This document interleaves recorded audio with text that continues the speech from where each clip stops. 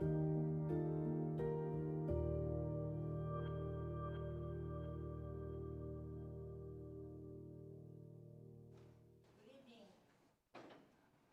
evening, everyone, and welcome to the regular board meeting. The date is June 10th, 2025, and I'm calling the meeting at 5:12 in the afternoon. And at this time, I would like if Mr. Jason Maybaum will lead us in the pledge, mission, and vision, please. Hello, good afternoon. Everyone please stand. Place your right hand over your heart. Ready, begin. I pledge allegiance to the flag of the United States of America and to the republic that stands one nation under God, indivisible, with liberty and justice for all. The mission, excellence. The vision is our students will realize their full potential to thrive with integrity in a complex, changing world. Very much.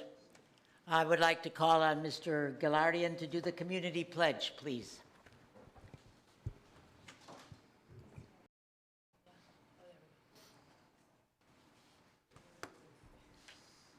The BHUSD community acknowledges that in order to achieve education, we must act with integrity and respect for each other and our learning environment.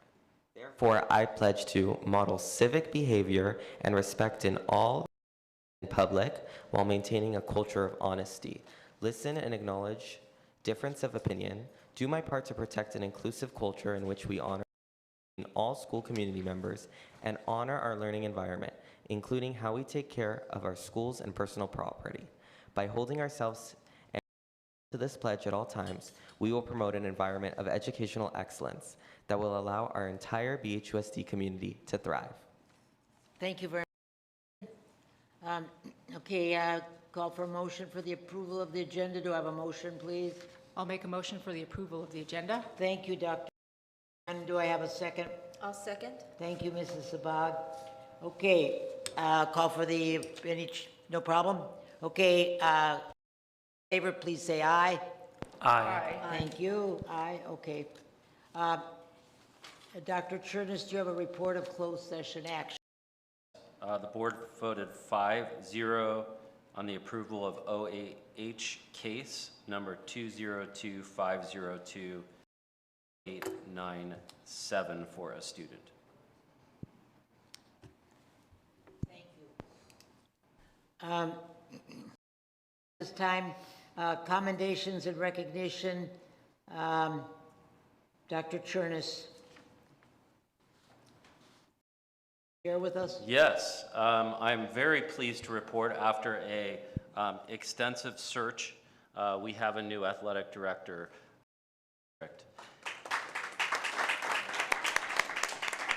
So, Coach Lawson, come on up. I'm going to put you on the spot here quickly. I've known Coach for several years now, and he is exactly what we need in our school district moving forward. Experience. He's been a CIF champion coach for several years. He was in the Pan Am Games. He was Olympic Festival participant, world-class athletes, and then he became a teacher. And he was a PE teacher for many years. In addition to coaching, he also runs a student organization, SE-Way, with over 2,700 kids and 65 clubs. But what makes him stand out to me the most is in him telling me that he's been to over 30 weddings of his former students. And that tells me a lot about who Coach Lawson is as a person and who he is as an educator. Be more thrilled to have him lead our school district moving forward. We have very high expectations here in Beverly Hills, as you will see, but I think you're up to the task, and so welcome aboard. Thank you.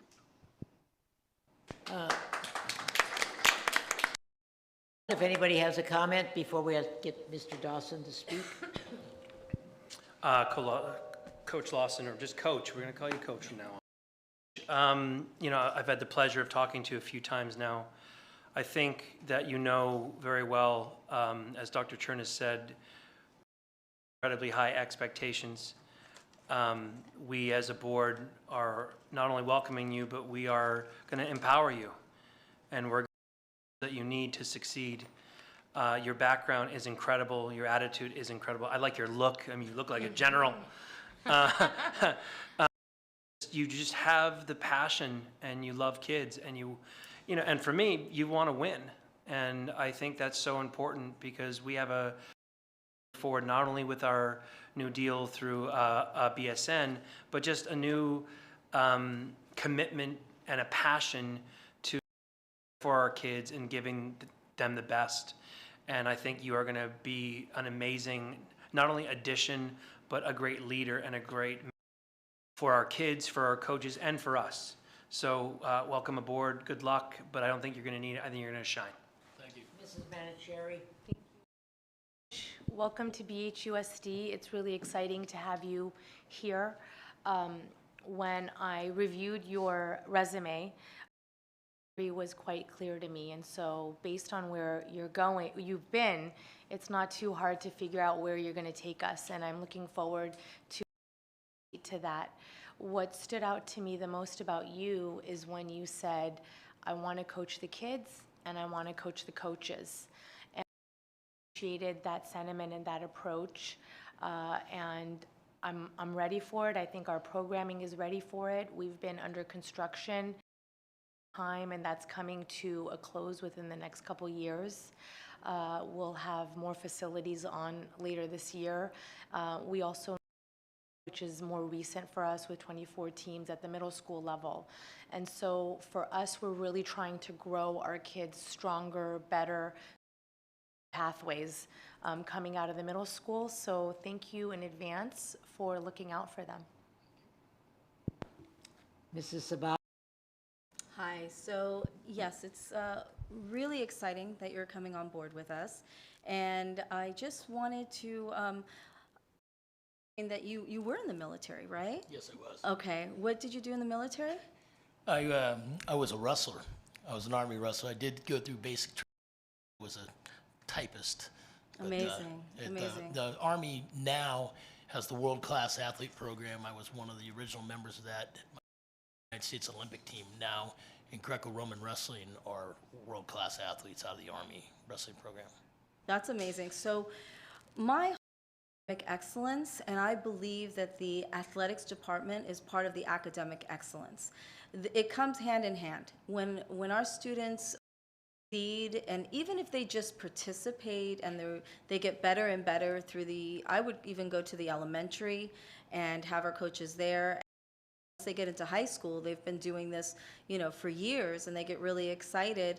It's so important for our students to achieve academic athletics. So thank you so much. We want the best of the best, and we loved your interview, and we're looking forward. Thank you. Thank Dr. Stern? Welcome, Coach Lawson. Thank you.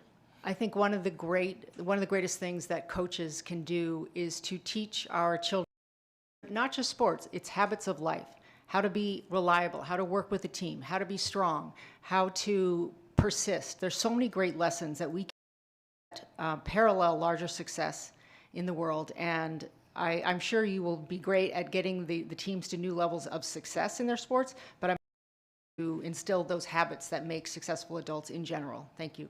Thank you. I'm not going to be wordy. I'm just going to echo the rest of the board.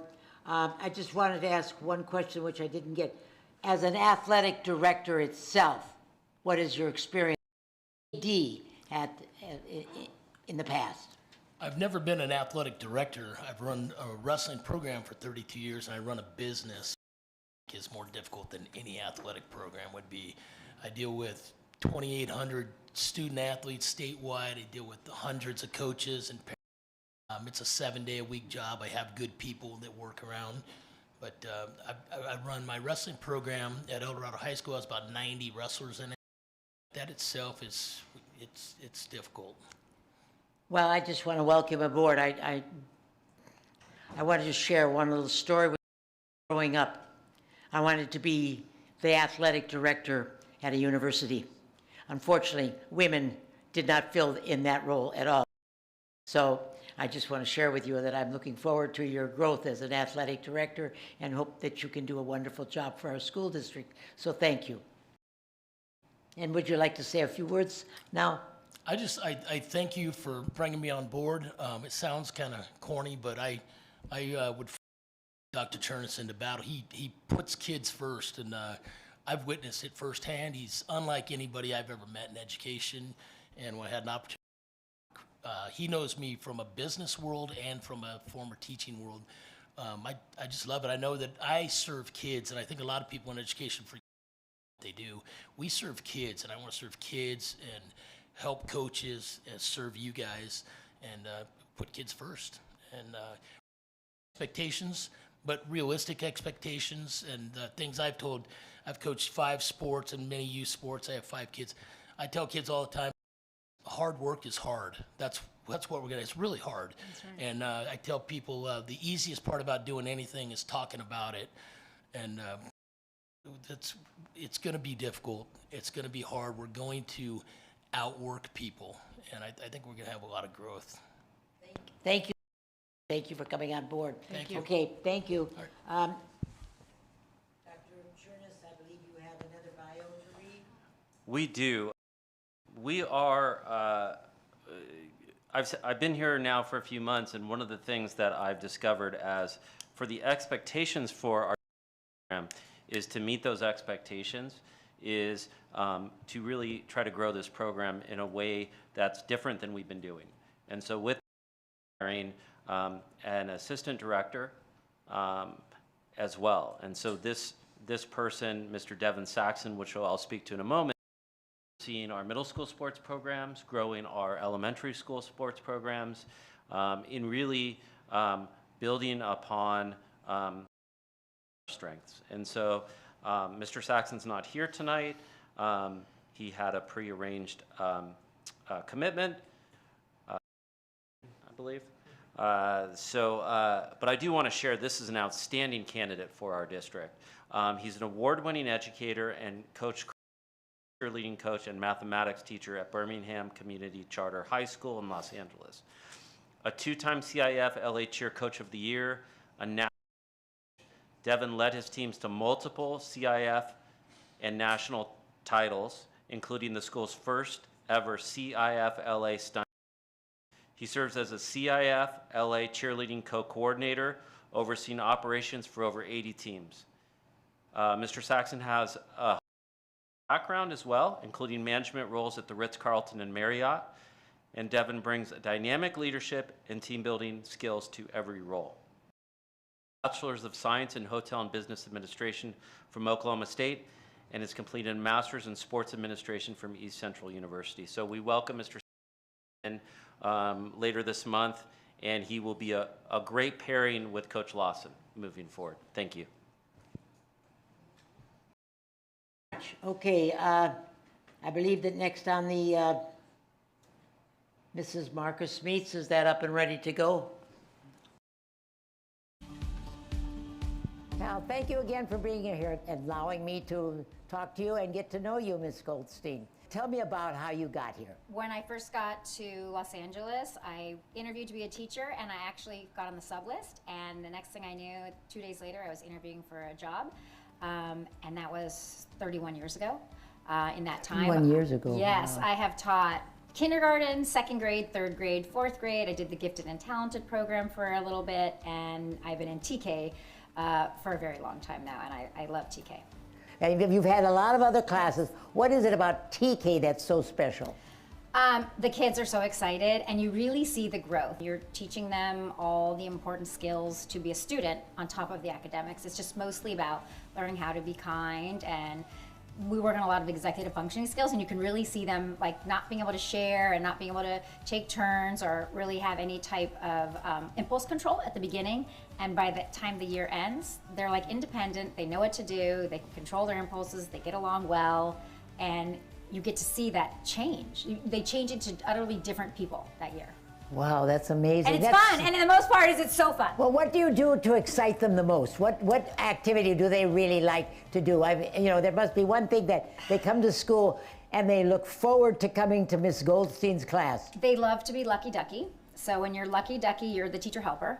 So you run the calendar and you get to call on kids and you get to be first in line. And if they need the door held open or pass out some supplies, you get to do that. So they're basically like a teacher for the day, and they can't wait to be picked that. But so exciting, you must make it so much fun for them. They must come to school every day, get up in the morning and are ready to go because every day is so exciting for them.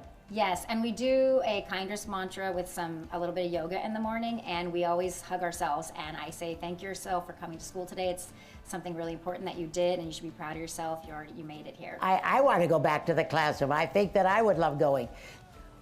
What makes you want to be in Beverly Hills? I find that the families are really engaged. When we need something, I called a parent last minute one time. I needed an extra parent in the center, and they're happy to come. The kids are just adorable. And it's a community. I feel like these are my children. This is really aging me, but I've had 3 of my students' children now. So oh, wow. I was their teacher, and now I am their child's teacher, which is crazy, right? Oh, that must make you feel so good. It is, and these are my people, right? Wow. Well, I want to thank you for coming in and sharing all that. Thank you again. My pleasure. Give me a hug. Absolutely. Thank you.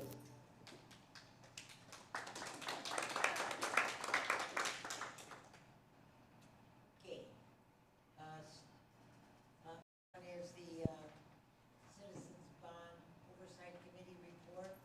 I believe that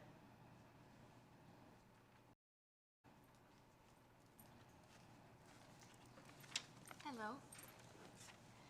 Hi. Good. How are you? Into the microphone. Okay. As a parent, I want to say I'm so excited for the new athletic programming. I have 3 boys. They're going into a new program. It's going to be great. Usually there's someone here with me, but today I'm alone on my own. I wrote something just so I could stay on track and be efficient and get my point efficiently and effectively. Good afternoon, board. You can't hear. Okay, how about now? Better? Good afternoon, board members, President Marcus, Mr. Seaman, Dr. Hasty, and Dr. Chernis. My name is Jasmine Yadgari, and I'm a member of the Oversight Committee, also known as the CBOC, which is comprised of 7 members. This will be my 3rd year presenting the CBOC School Board. The purpose and duties of the CBOC are to actively review and report whether the bond proceeds have been properly spent. This is intended for Measure E and Measure BH, and to report on the progress annually to the public. The CBOC met 7 times during the In 2008, Beverly Hills voters approved Bond Measure E, a $334 million school construction bond. And in 2018, Beverly Hills voters approved Measure BH, a $385 million school. Our CBOC report summarizes 2 different audits, a financial audit and a performance audit for fiscal period of July 3 through June 30th, 2024. So we're looking 1 year back. The financial audit, which from Christy White, verified total combined Measure E and BH expenditures of $41 million for the fiscal period, of $156 million as of June 30th, 2024. Christy White gave a clean and of opinion, which is the most desirable outcome. The performance audit, which was completed by Moss Adams, also gave a clean and of opinion. Overall, the CBOC is very pleased with this audit report. The auditors noted 2 findings in the which is a big improvement from prior years. The 2 findings indicated that the district has already taken steps to address and comply with recommendations.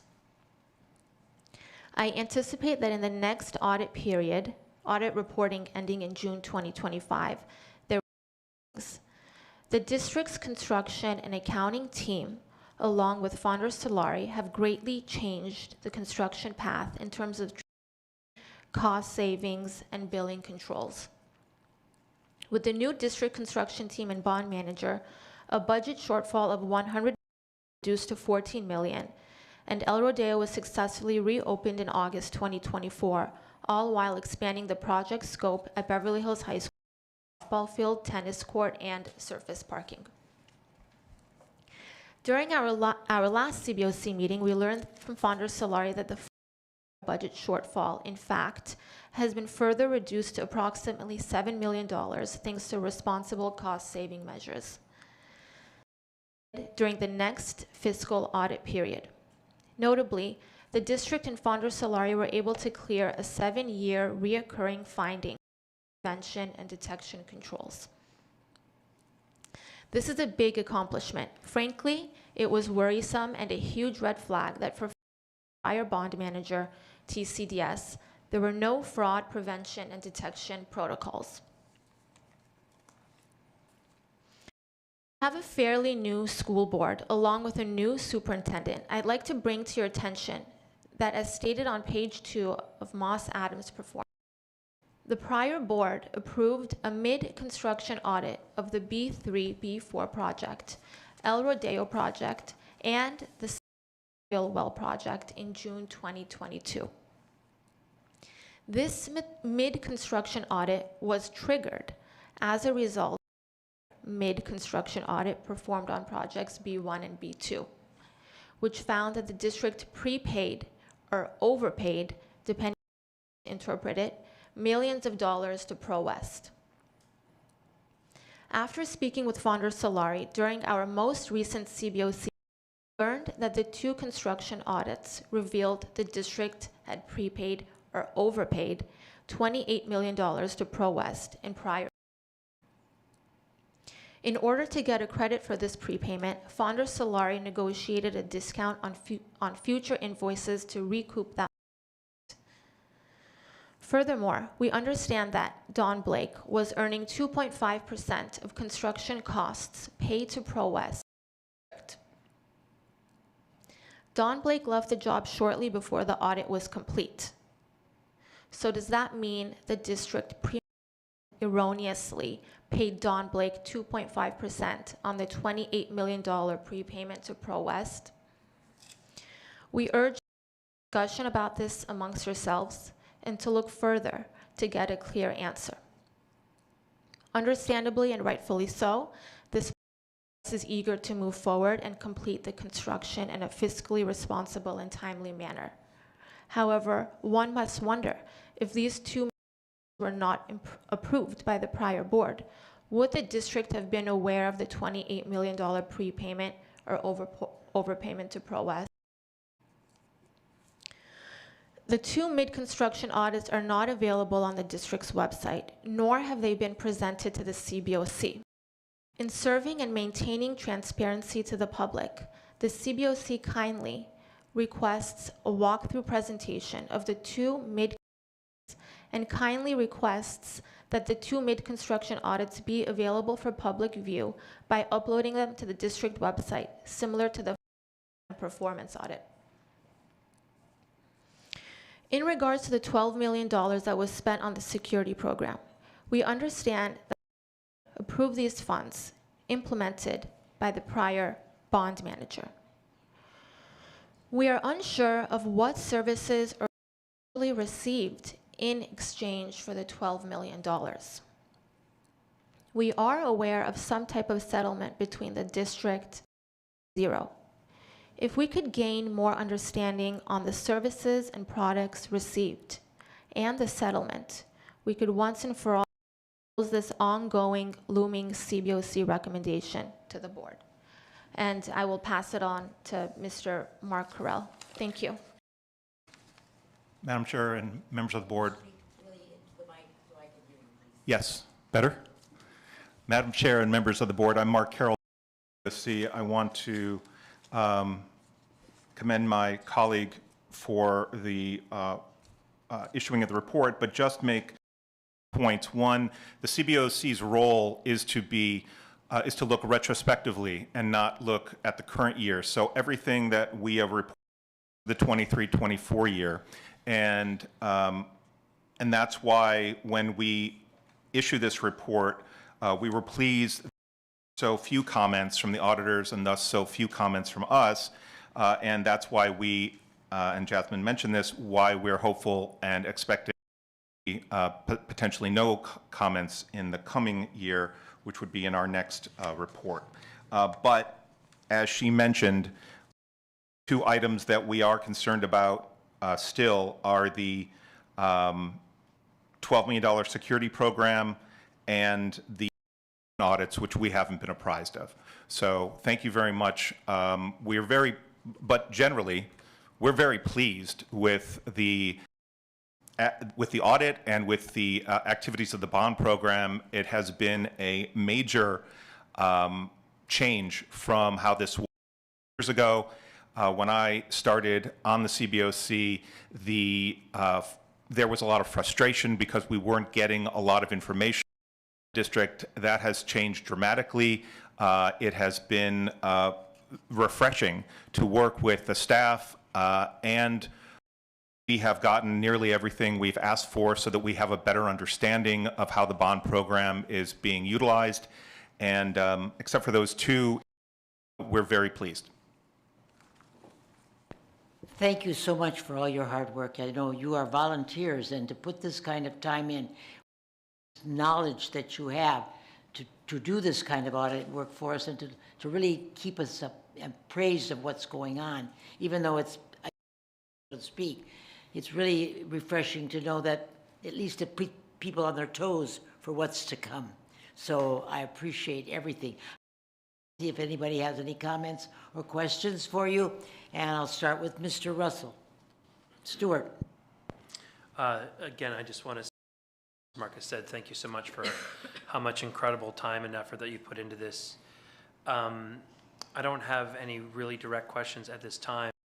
Are you recommending that we continue to dig further into these anomalies of funding abnormality, and that you are saying that these are clear, that we should be investigating? We can't force you to do anything. Is it the recommendation? We do recommend that you guys have this discussion and maybe do a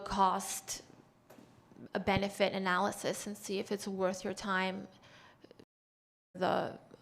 First of all, doing the research to see if there is any misappropriation of funds, and would it be worth your time and the money to do what is necessary?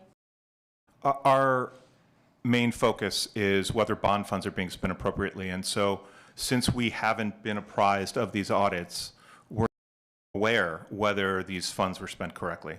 And particularly with the security program, since we haven't been provided, well, from what we have learned, we are concerned that there may have, that what resulted from the expenditures for the security program have been appropriately spent under the bond funds. And so we think that's something this board should look into. Are you making a recommendation to us on something specific to bring back, or the powers to do something, or a specific document or report that you need to make those conclusions? Our report says the Board of Education should dollars security program provided by TCDS, and should examine these expenditures to determine what was ultimately and whether payments for the security project should have been paid out of bond funds. Thank you. And Thank you very also, much. sorry. Go ahead. And also the 2 mid-construction audits. I think the board deserves a walkthrough of the audit as well. Not sure if you've received a walkthrough, but if you have not, I do believe it would be beneficial. Where were you when we could have used you then? All right, Mrs. Manicherry. Yes, thank you both so much for your time on this. 7 meetings is significant, so I really appreciate it. Based on your findings and your recommendations, I first want to thank fund management team as well as Mr. Will Karat. I mean, the writing's on the wall when you, as Dr. Chernis says, have the right people on the amazing things can happen. And so it's such an honor to have our name, you know, in the same bus as both hands, and they're even bringing, I don't know, what is it, 6-7 years of Beverly Hills High School B3 and B4 construction to a completion in about 60 days. And so we're really grateful to that. Insofar as the security program goes, you know, duly noted, we will look into that. My understanding is those dollars were spent, what, 6-7 years ago, something like that. I would be interested to learn more about it myself. I do want to state for the record that I was never actually provided a copy of any of the it's until very recently, and I asked Dr. Chernis for it, and I got it 15 minutes later. So thank you, Dr. Chernis. And so I would agree with you that that is public information that should be shared with the public, and I wonder if that's going to happen sooner than later, please. Is that something everybody's interested in, to ensure that the audits are available publicly? I'm hearing absolutely. Ladies? I'm sorry. Be Saying that- interested to, Yeah, the audits are public information. Yeah, absolutely. It's something that the taxpayer essentially paid for it. So we could talk about that. But I think that the lesson learned here, not only is it important to have the right people on the bus with you, but it's also really important to not be penny wise and to spend on those audits. Sometimes as a board, you don't want to throw good money after bad money, but it's clear that when you do investigate, mistakes happen. Really important. So thank you for the reminder on that. Thank you. Thank you very much. Mrs. Sabag? Yes. What everybody said, definitely, it's so important what you all did. I was actually on one of your meetings, and I was by what was going on previously. I don't know why any board member would not let you do or whatever you're asking. I mean, I see everybody saying the same thing. We want to be completely transparent. We want to make sure that the bonds money is spent, and whatever you ask for, I believe that we will vote to give it to you, because that's what we're here for. And I have a question. I understand that you did a year past. Is that what it is regularly, normally? Could it be less than a year, so that happens sometimes is when you go backwards, then it's really difficult to fix anything. So Unfortunately, in the law that was adopted after the state bonds were passed last time, not this time, but 7 years ago, legislation which created and clarified what the role of CBOCs are. And as a oversight committee, our role is to look retroactively to how the money was spent in the previous year. Right. Time to then review, and that's why it comes out later than, it's not immediate, but, you know, a year after. as new, you know, collectively as a new board and a new superintendent, we have made several changes, and as a general contractor, made several recommendations. As a matter of fact, I was at the construction site today and yesterday, and I would like to maybe the summary of performance by Moss Adams.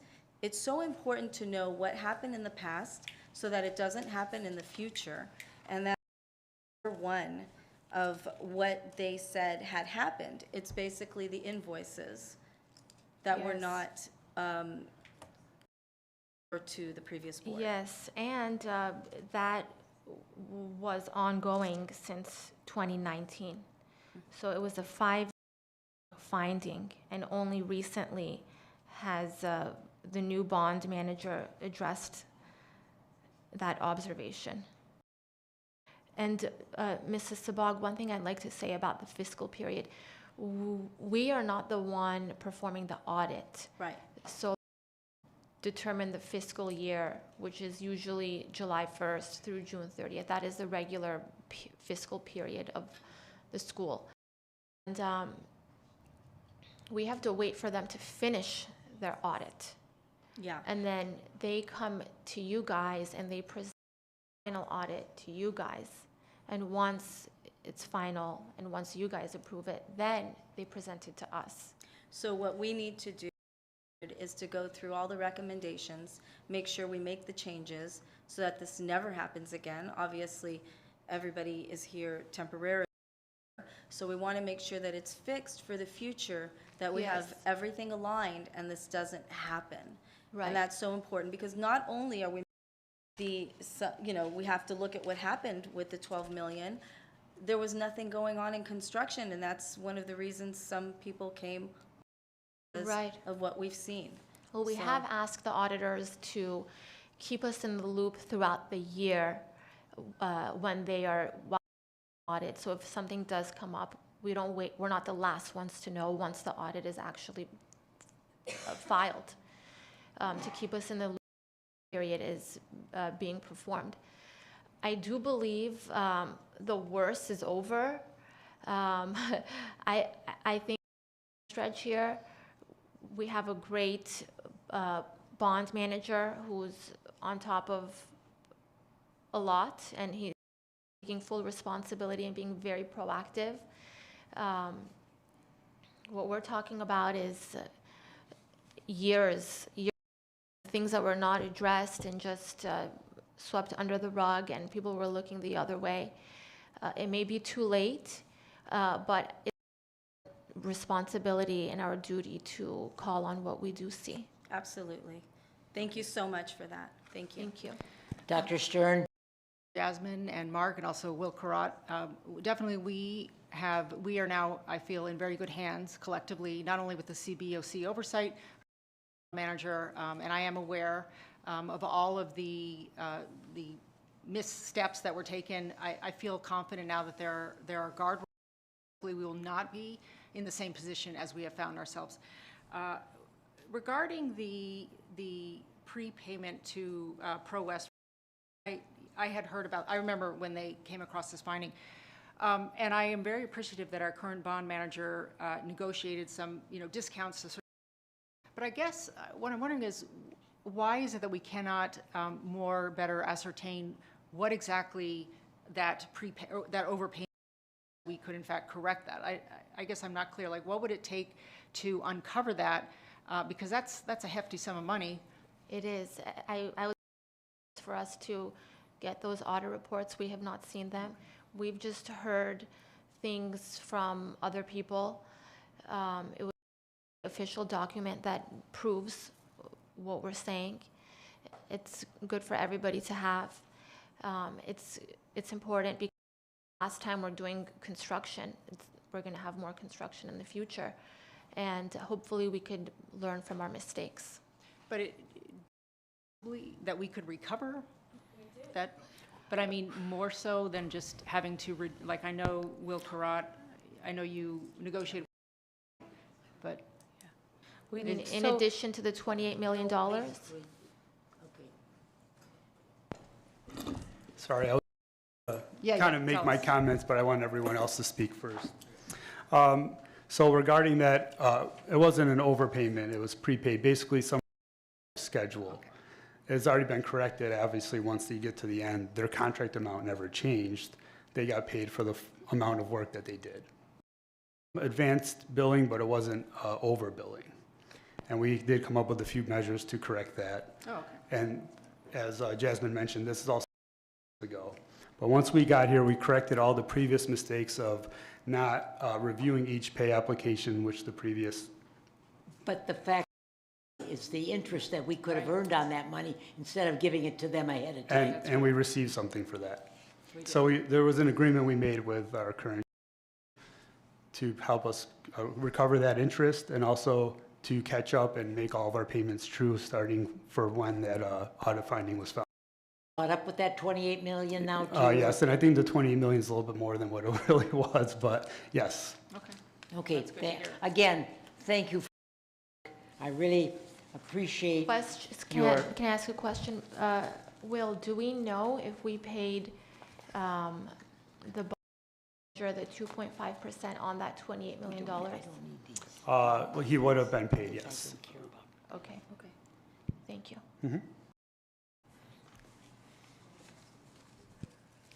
Thank you very much. Thank you for your time.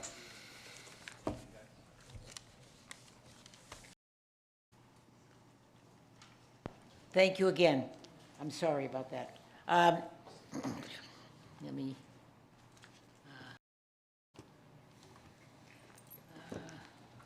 Okay. Okay, at this time, we are going to have a public hearing on the proposed local control accountability plan. And this is by hearing on the proposed 25-26 LCAP is now open at 5:55 p.m. Pursuant to Education Code Section 52060-52077, the governing board of each school district, the district local control and accountability plan on or before July 1st, 2025. We are holding solicit recommendations and commendations from the public regarding both the local control and accountability plans prior to adoption.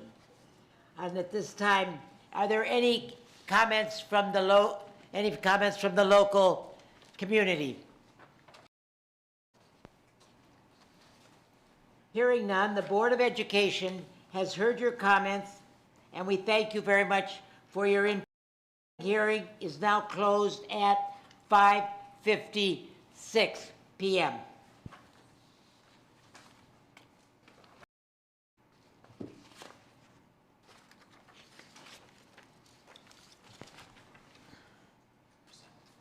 Okay, next item. I'm going to have the public hearing on the proposed 2025-26 budget at this time.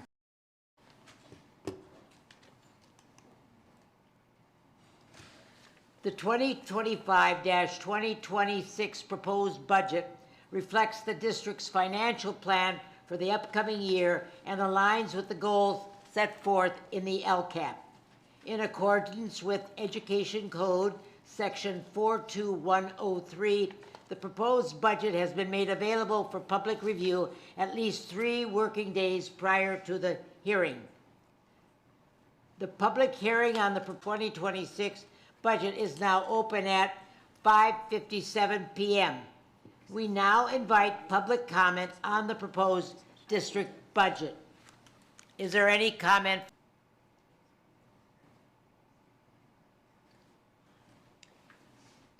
The Board of Education has heard your comments, and we thank you very much for your input. It is now closed at 5:57 p.m.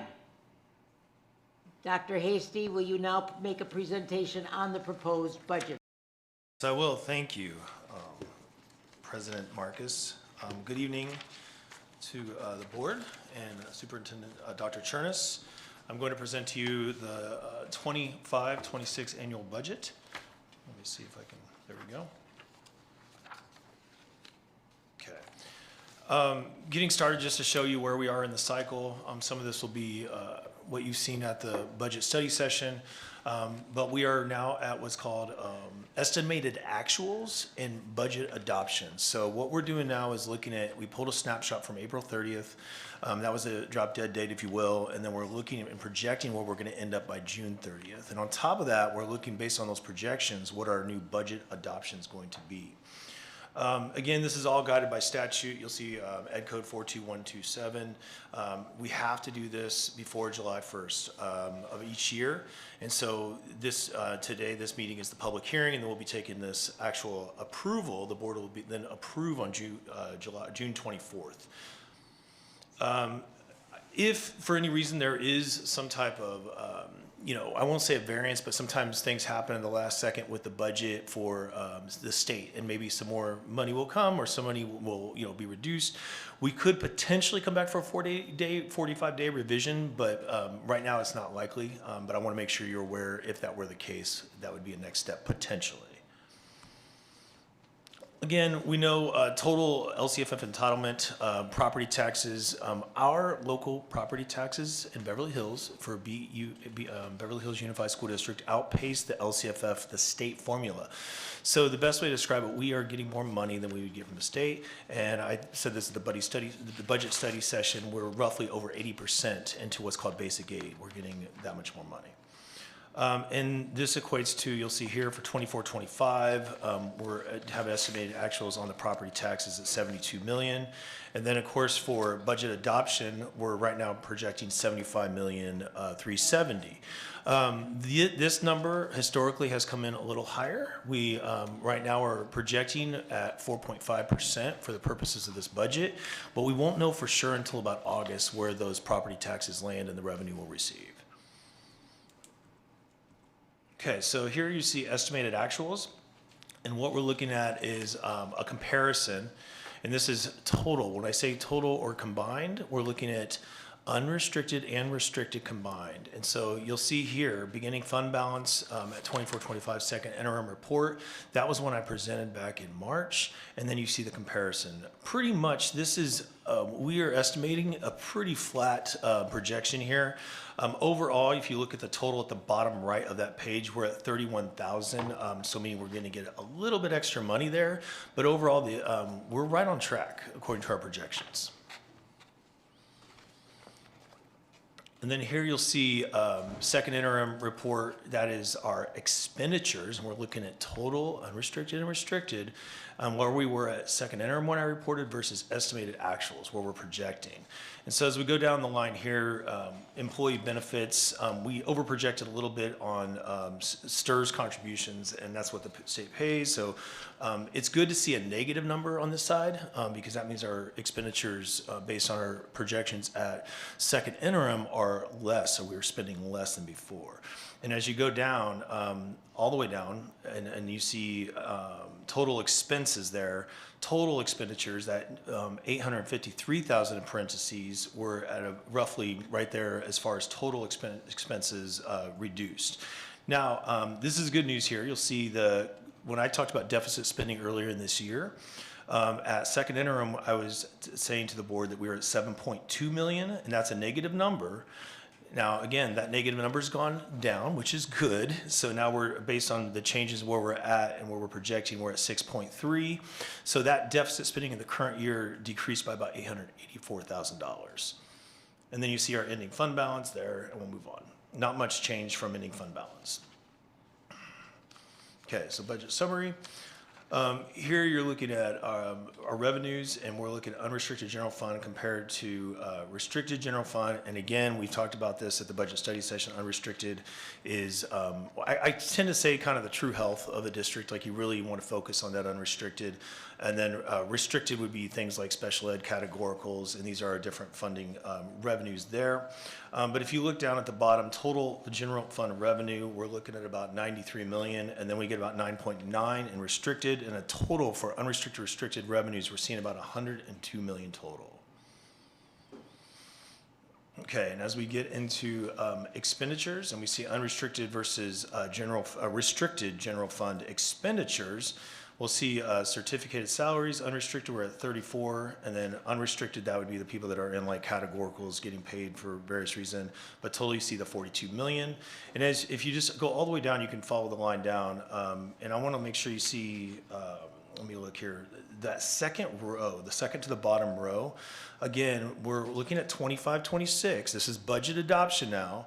You see it says 4.6. Remember last year, last second interim report, I was showing a 7.2 million in estimated actuals, reducing to around 6 million, but looking into next year, that deficit spending is going down to 4.6. So that's a good number there. We're reducing any deficit spending going into 25-26. Okay, looking at, this is unrestricted. I want to be very clear. We're looking at unrestricted here, and this is the MYP, multi-year projection per the statute. We have to show the current, but we have to do the 2 subsequent years. So we're at budget adoption, and we're looking at those 2 years out where we're going to land. And I'll go down here for revenues, and this is unrestricted revenues. We're at 74 for 25-26. They tick up in 27-28 to 82 million. And we're looking at those those unrestricted expenditures at 78.8, 79, and then it goes to 80. And I won't go through every single one of these, but we definitely want to look at fund balance 17. We do a projection. It is going up, but we can't project interest all the time. So you'll see we have 11.4 going to 12. And then as we go down, you'll see total unrestricted EFB, that is ending fund balance. We're going from 24.8 to 25.4 to 27.7. And then you have a reserve for economic uncertainty at 31.5, 32.15, and 34.31. And then Fund 17.1, which is our tech plan, you'll see that's our additional dollars. And again, Fund 17 and 17.1, that's what we have in the tech fund. And then, of course, 17.2 is our liabilities for just anything that might, be litigation against the district. Other funds, and this is the simplest way to look at this, is they're all positive. So I say that a lot because we're not going to have to do any contributions.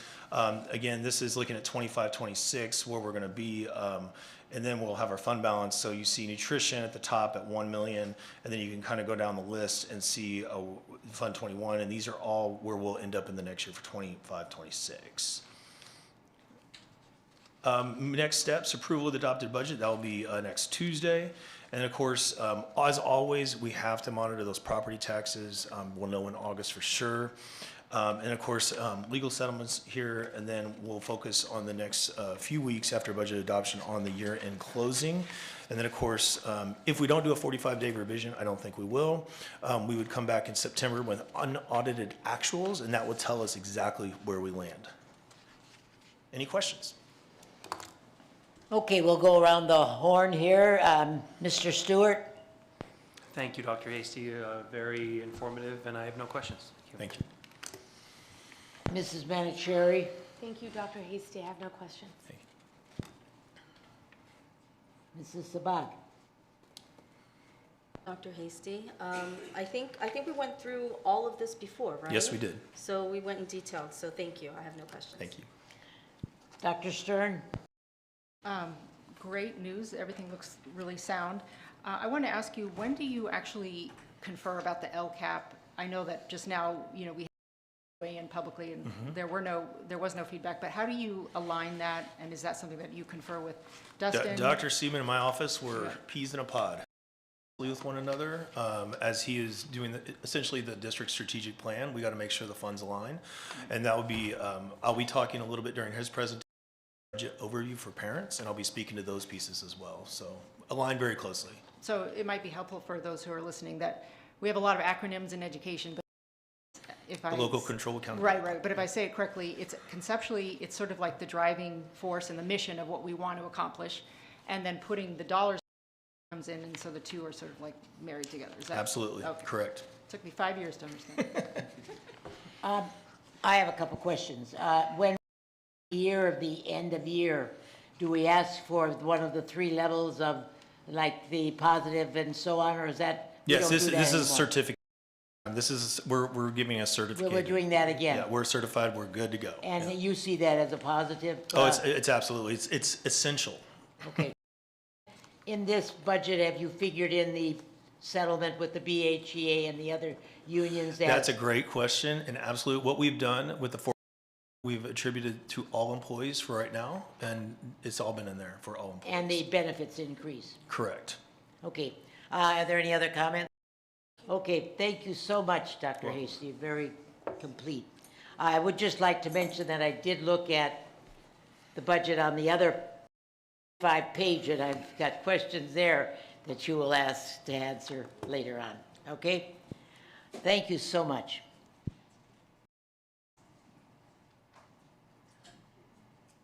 Okay, we've come to the agenda hearing, the conduct portion, and I'd like to say that we have 1, 2, 3, 4, 5, 6, 7, 8, 9 people that wish to speak. So that means we have to 2 minutes in order to make it fair. So the first person I'm going to call up is Nadine Dabby, who is the Science STEM project. Thank you and good evening. Good evening. Thank you. I am here regarding the elementary science curriculum changes. I learned over the last 2 weeks that the Makerspace program to 16 minutes, but that the pull-out science lab and dedicated science teacher will be eliminated from both of our elementary schools. Appreciation to Dr. Seaman for having a long conversation with me yesterday. And I want to say that I wholeheartedly with his thinking in wanting to hold all teachers accountable for science, for making, and for also the board's push to make content more uniform between the schools and the classrooms. I have a few concerns that I believe warrant the board's attention. First of all, our community deserves better communication about significant curricular changes.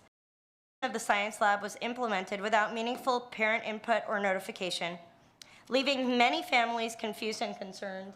And I was just texting up channels with people that are watching this right now because they want to know what's going on, and they're like, oh, we thought it was Makerspace that was eliminated. What lab is being eliminated?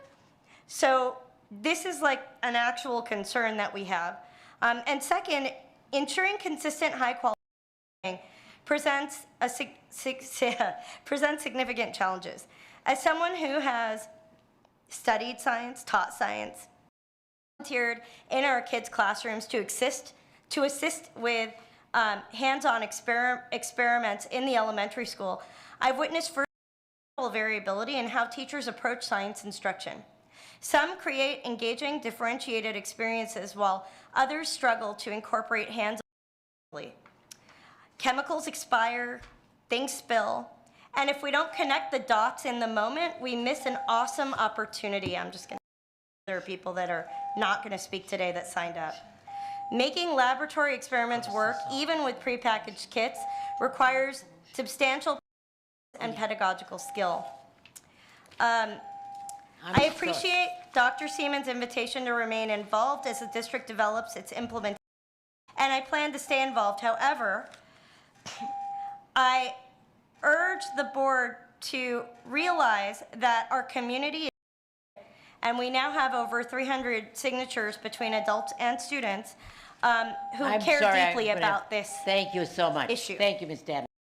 Okay, the next speaker is going to be, what did I do with my paper here? Here it is. Treva Brandon Scharf. I think I know that name. Yes, we do. How are you? See you, Treva. Thank you. You too. There's a video that needs. You have 2 minutes. There's a video that needs to. Oh.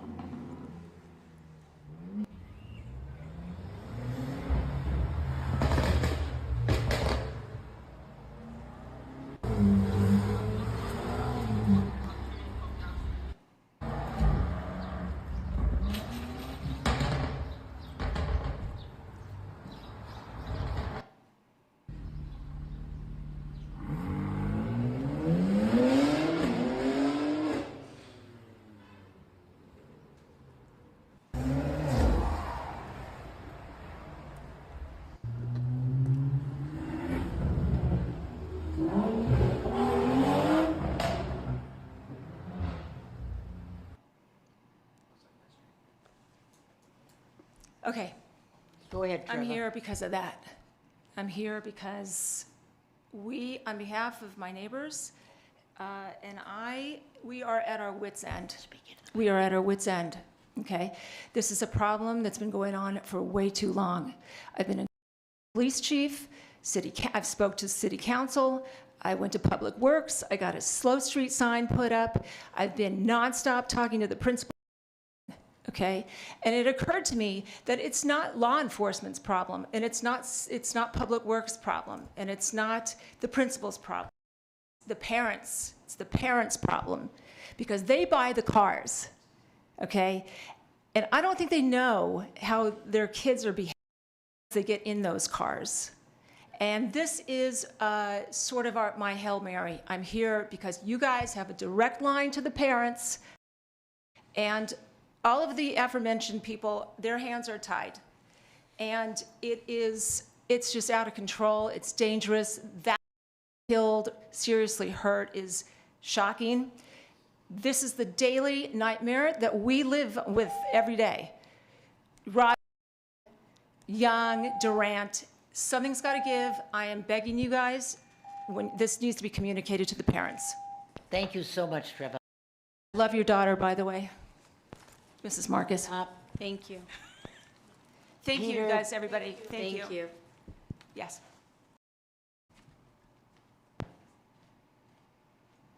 Peter Beller, is Peter Beller here? He's on Zoom. Okay. Mr. Beller, are you there? Hello, Mr. Beller? Hi. You have 2 minutes, Mr. Beller, so go right ahead when you're ready. I cannot hear you, though.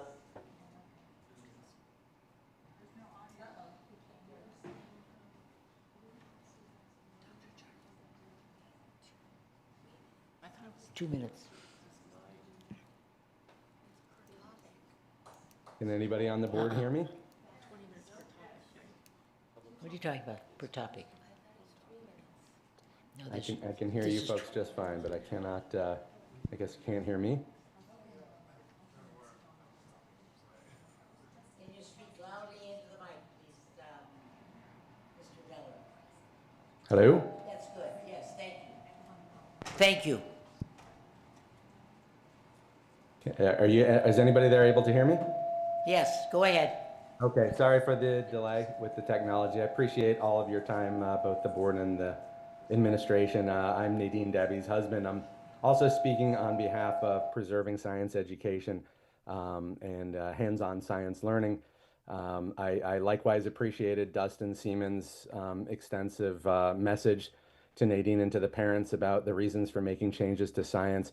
But I'd echo Nadine's concerns and the concerns of other parents that I don't think there's been adequate communication with the Horace Mann parents about the changes that are being made. I very much understand and support the notion of standardizing curriculum, making teachers accountable, looking at data, looking at peer institutions. I think these are all fabulous ideas. Very much support the idea that science across the district should be taught in a way that is supported by data and research on how children learn. But I wanted to speak specifically in support of continued hands-on science learning. The makerspace and science labs are a highlight of our kids' school week and that of our kids' friends. It's been one of the great things about their Horace Mann education. And I would just like the administration and the board to take that into account as they seek to make changes. That's all. Thank you so much. Thank you, Mr. Beller. Thank you. Mr. Lucky, David Lucky. Yes, hello. Hi, David. You're on. Hi. All right, I'm on. Good to talk to you guys. Thank you for your time. I'm just talking about supporting Nadine and her husband on this makerspace science situation. Obviously, there was a big flip-flop, which I just learned about today. Just to add to the things that were already said, because we have a short time, I totally understand teaching science across the curriculum and having a unified idea, but I just don't understand why we're making any changes at all. I think I speak to a lot of parents. I think it's unfair to put all this stuff on teachers. Budgetarily, all these hands-on things now have to be spread across every single classroom instead of having some science taught in the classroom and then the kids go to an extra science class for one period a week to do the extensive stuff. It could still be part of the same curriculum. I still am very puzzled why we would just not hire a great science teacher and a great makerspace STEM teacher and keep everything the same. If these teachers didn't retire, I know Ms. Lowe maybe left for personal reasons. I don't even know if we'd be having this conversation. So I just don't understand why we're working so hard to do this. I also volunteered for Makerspace for over a year and a half. At 60 minutes, I'll tell you right now, for kids maybe second and lower, I'll say first and lower because I haven't been in second grade yet, is a ridiculous amount of time. You get 30 to 40 minutes, maybe max at 40, maybe. So I don't even know what the other 30 minutes are. If it's a video, I mean, I've been in there. I just think 60 minutes, you might as well just throw 30 minutes out the window. And I know that was part of the discussion before about classroom lineup time and losing time in the day. I think you're going to lose a big chunk of time for younger kids in that 30 minutes. I really do. just having to see it firsthand. So I'm just talking to the board and hoping to communicate that I speak for a lot of people. Don't want to put words in people's mouths. To just maybe try to keep it the same or see how we can, because it seems like it works really, really well. That's all I have to say. And thank you so much. I appreciate your time, everybody. Thank you, Mr. Lucky. Dr. Catherine Awar, I don't know if I said that right. Is she on Zoom or is she in person? Dr. Catherine Awar. She's not showing up? Okay. Catherine, Katie Warren, are you ceding your time to Marla Weiss? Correct. Good evening, Mrs. Weiss. Good evening. A board meeting in 2 weeks.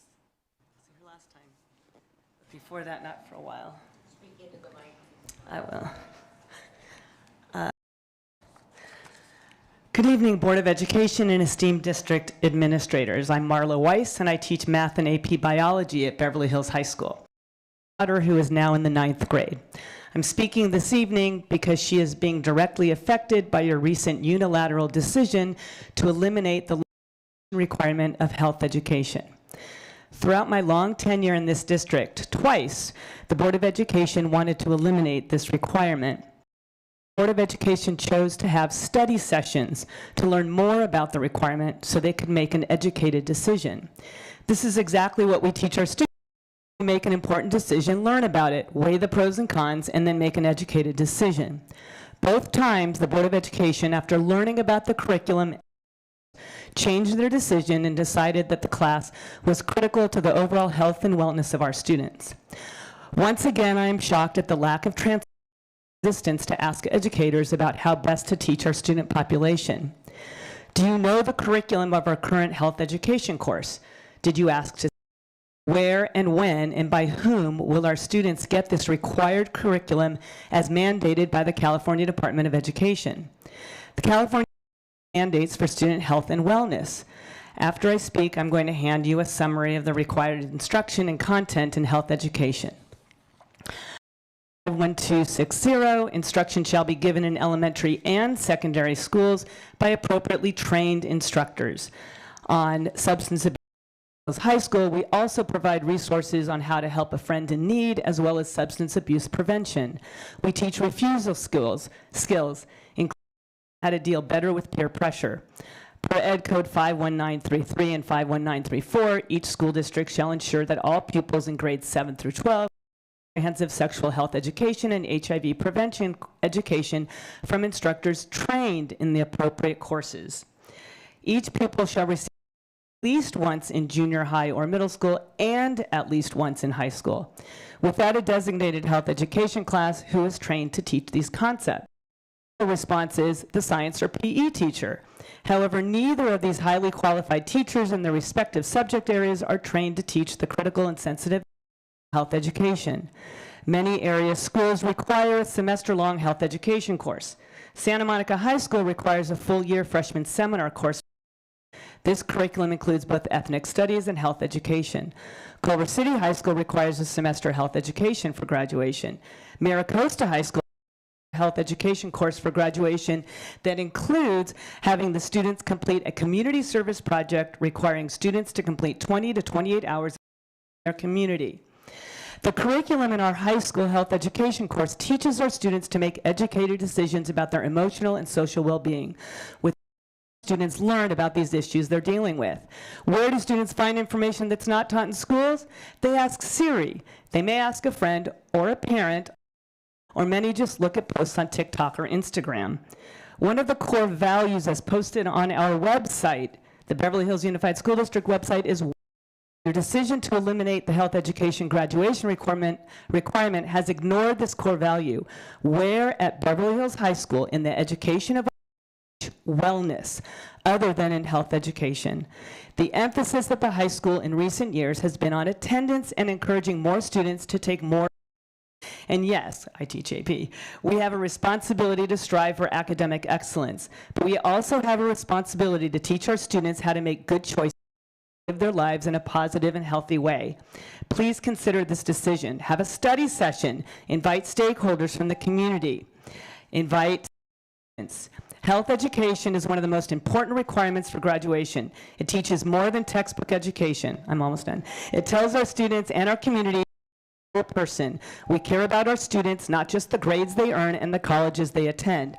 We care about their emotional, social, and mental well-being. Health education is the tools they need to be able to succeed in college and beyond. Thank you. Okay.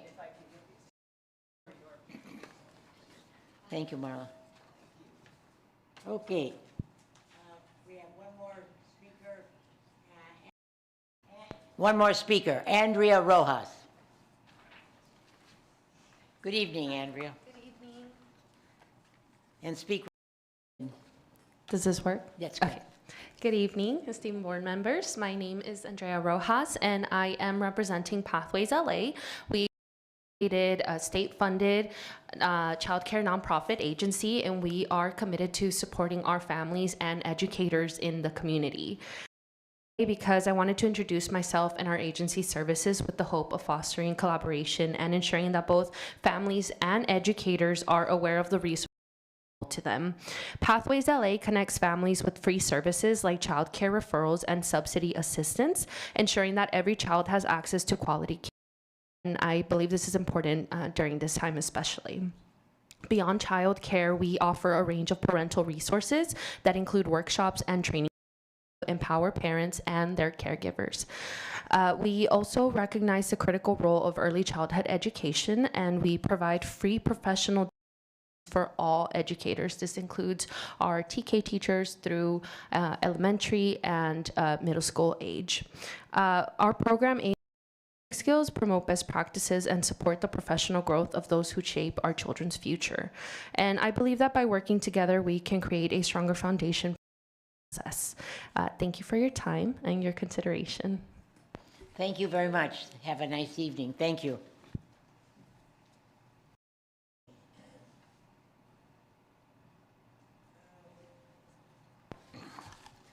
Okay, we have arrived at the consent calendar. I would like to make a motion to approve A, B, C. I make a motion to approve the consent calendar without F, G, H, I, K, Q, W, and X. Do I have a second? I'll second. Did you pay Thank you. attention what we're proving? I just did that. No, I'm talking.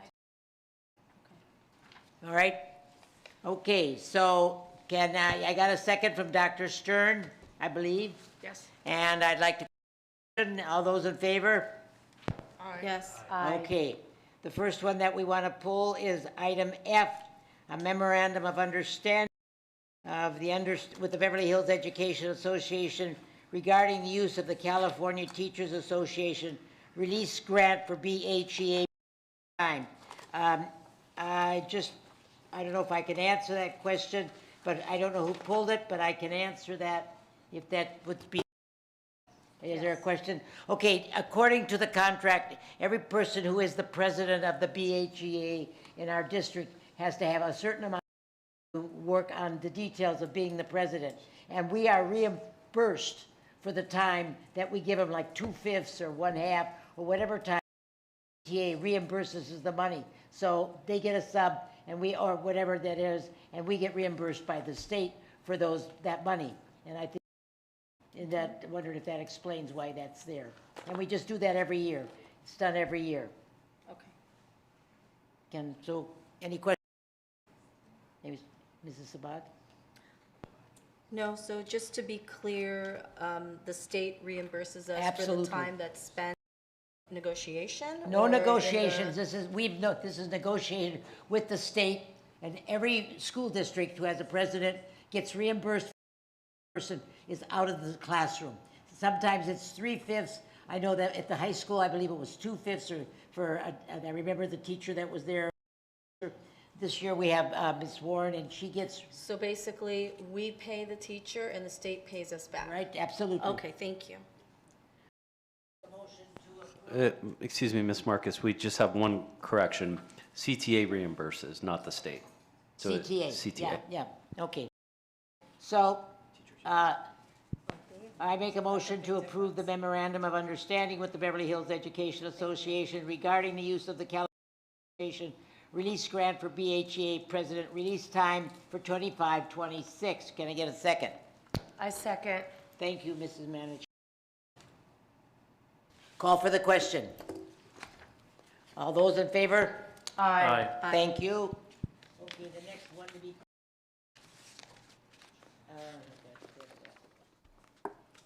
To receive the sunshine items for contract negotiations between the California Association and its Beverly Hills Chapter 328 CSEA unit and the Beverly Hills Unified School District for 25-26.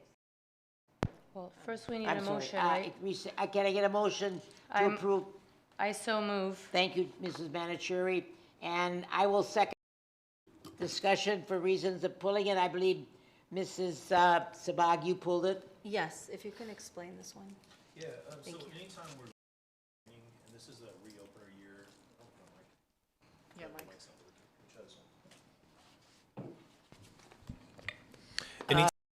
Anytime we're going to start bargaining with any collective bargaining association, what typically happens is they will send a sunshine that the board then receives or articles that they want to negotiate.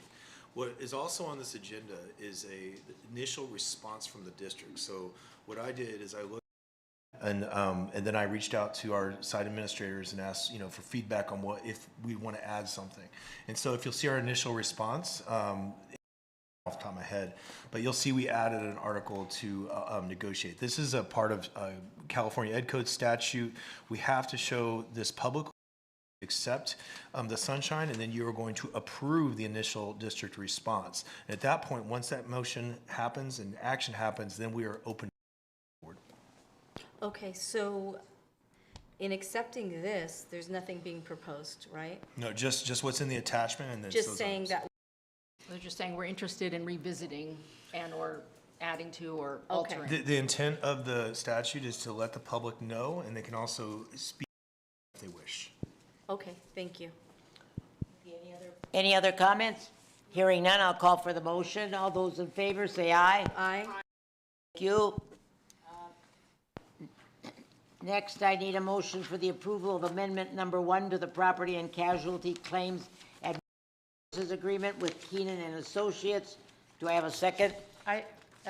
Did you make the motion, Mrs. I just Martin? made the motion. I second. Thank you. I believe, Mrs. Sabag, you pulled this one. Do you want to discuss, or maybe Mrs. Manicherry, did you pull this? I pulled it. Okay, Mrs. Sabag, ask you questions? Okay, so this one also, I wanted clarified, if, who can clarify this one? It's insurance company and what, just. Yeah, a couple of I'll facts. ask questions So after. keep in mind, we're in a JPA, so action to join what, I guess the best way to describe it is a cost-sharing pool that we're with other districts. And Keenan is the ultimate provider who we are doing these contracts and amendments with. And we'll talk about AB 218, which is a sexual assault coverage. And then the other one is our basic property liability insurance. They would come forth and they would give us, we'll look at the hourly rates. And this is typical escalation, about 2 to 3%. Organization is integral to everything we do. We have to have it in place. And if, a good question comes up, like, do we have to take this to bid? Because it is roughly, right now, in total cost for current year. Last year we spent about $212,000, just to give you an idea of our premiums and what we're paying. And again, this involves all our litigation, a lot of pieces, and they also provide a litany of different trainings for our staff as well. So it's a must-have that we are doing. Contract is for the next 3 years. We've had Keenan, and I did do a lot of research on this. Most people don't remember we ever having anyone else. And if you wanted just more information, I would for this that use ASKIP. It's much like a cost-sharing pool. However, if you just look at their business models, much different, just performance-wise. ASKIP's in, Keenan's not. There's things like that. There's a lot of good things here that for us staying with Keenan and keeping it going. Okay, I appreciate that. with your experience also, Keenan is the right way to go? Yeah, Keenan does a good job. Okay, all right, thank you. Any other comments or concerns? I only have one, and that is that carry over from every year with new claims and old claims until they're settled. Is that correct? This increase, yes, but the increase is basic cost escalation. It's not really based on our current premiums and things like that, but yes, they do carry over those different Okay, claims. thank you. I'll call for the question. All those in favor? Aye. Okay, thank you.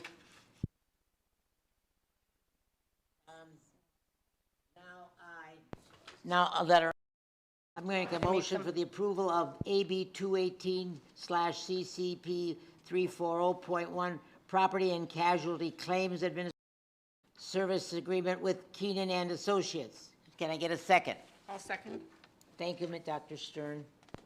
So this is where, so we have two, and it's about the same price, Yep. right? It's the same So rate. one is workman's comp, you said, Property and liability. liability is? For AB 218, that is the legislation that has changed. It's affecting a lot of districts throughout the state of California. They increased the statute of limitations for sexual. So this is coverage for any of those potential claims. And I want to say it goes back to 2012. So that way, if we do have any of these claims that do pop up with the state of California, this is happening, we will have coverage for those claims. So the other one, I also heard sexual allegations. Yeah, sorry, I was speaking to both of them. So, It's all clumped together? there's two agreements here. There's the amendment for AB 218, sorry. That's the one we're on right now. That's for the coverage.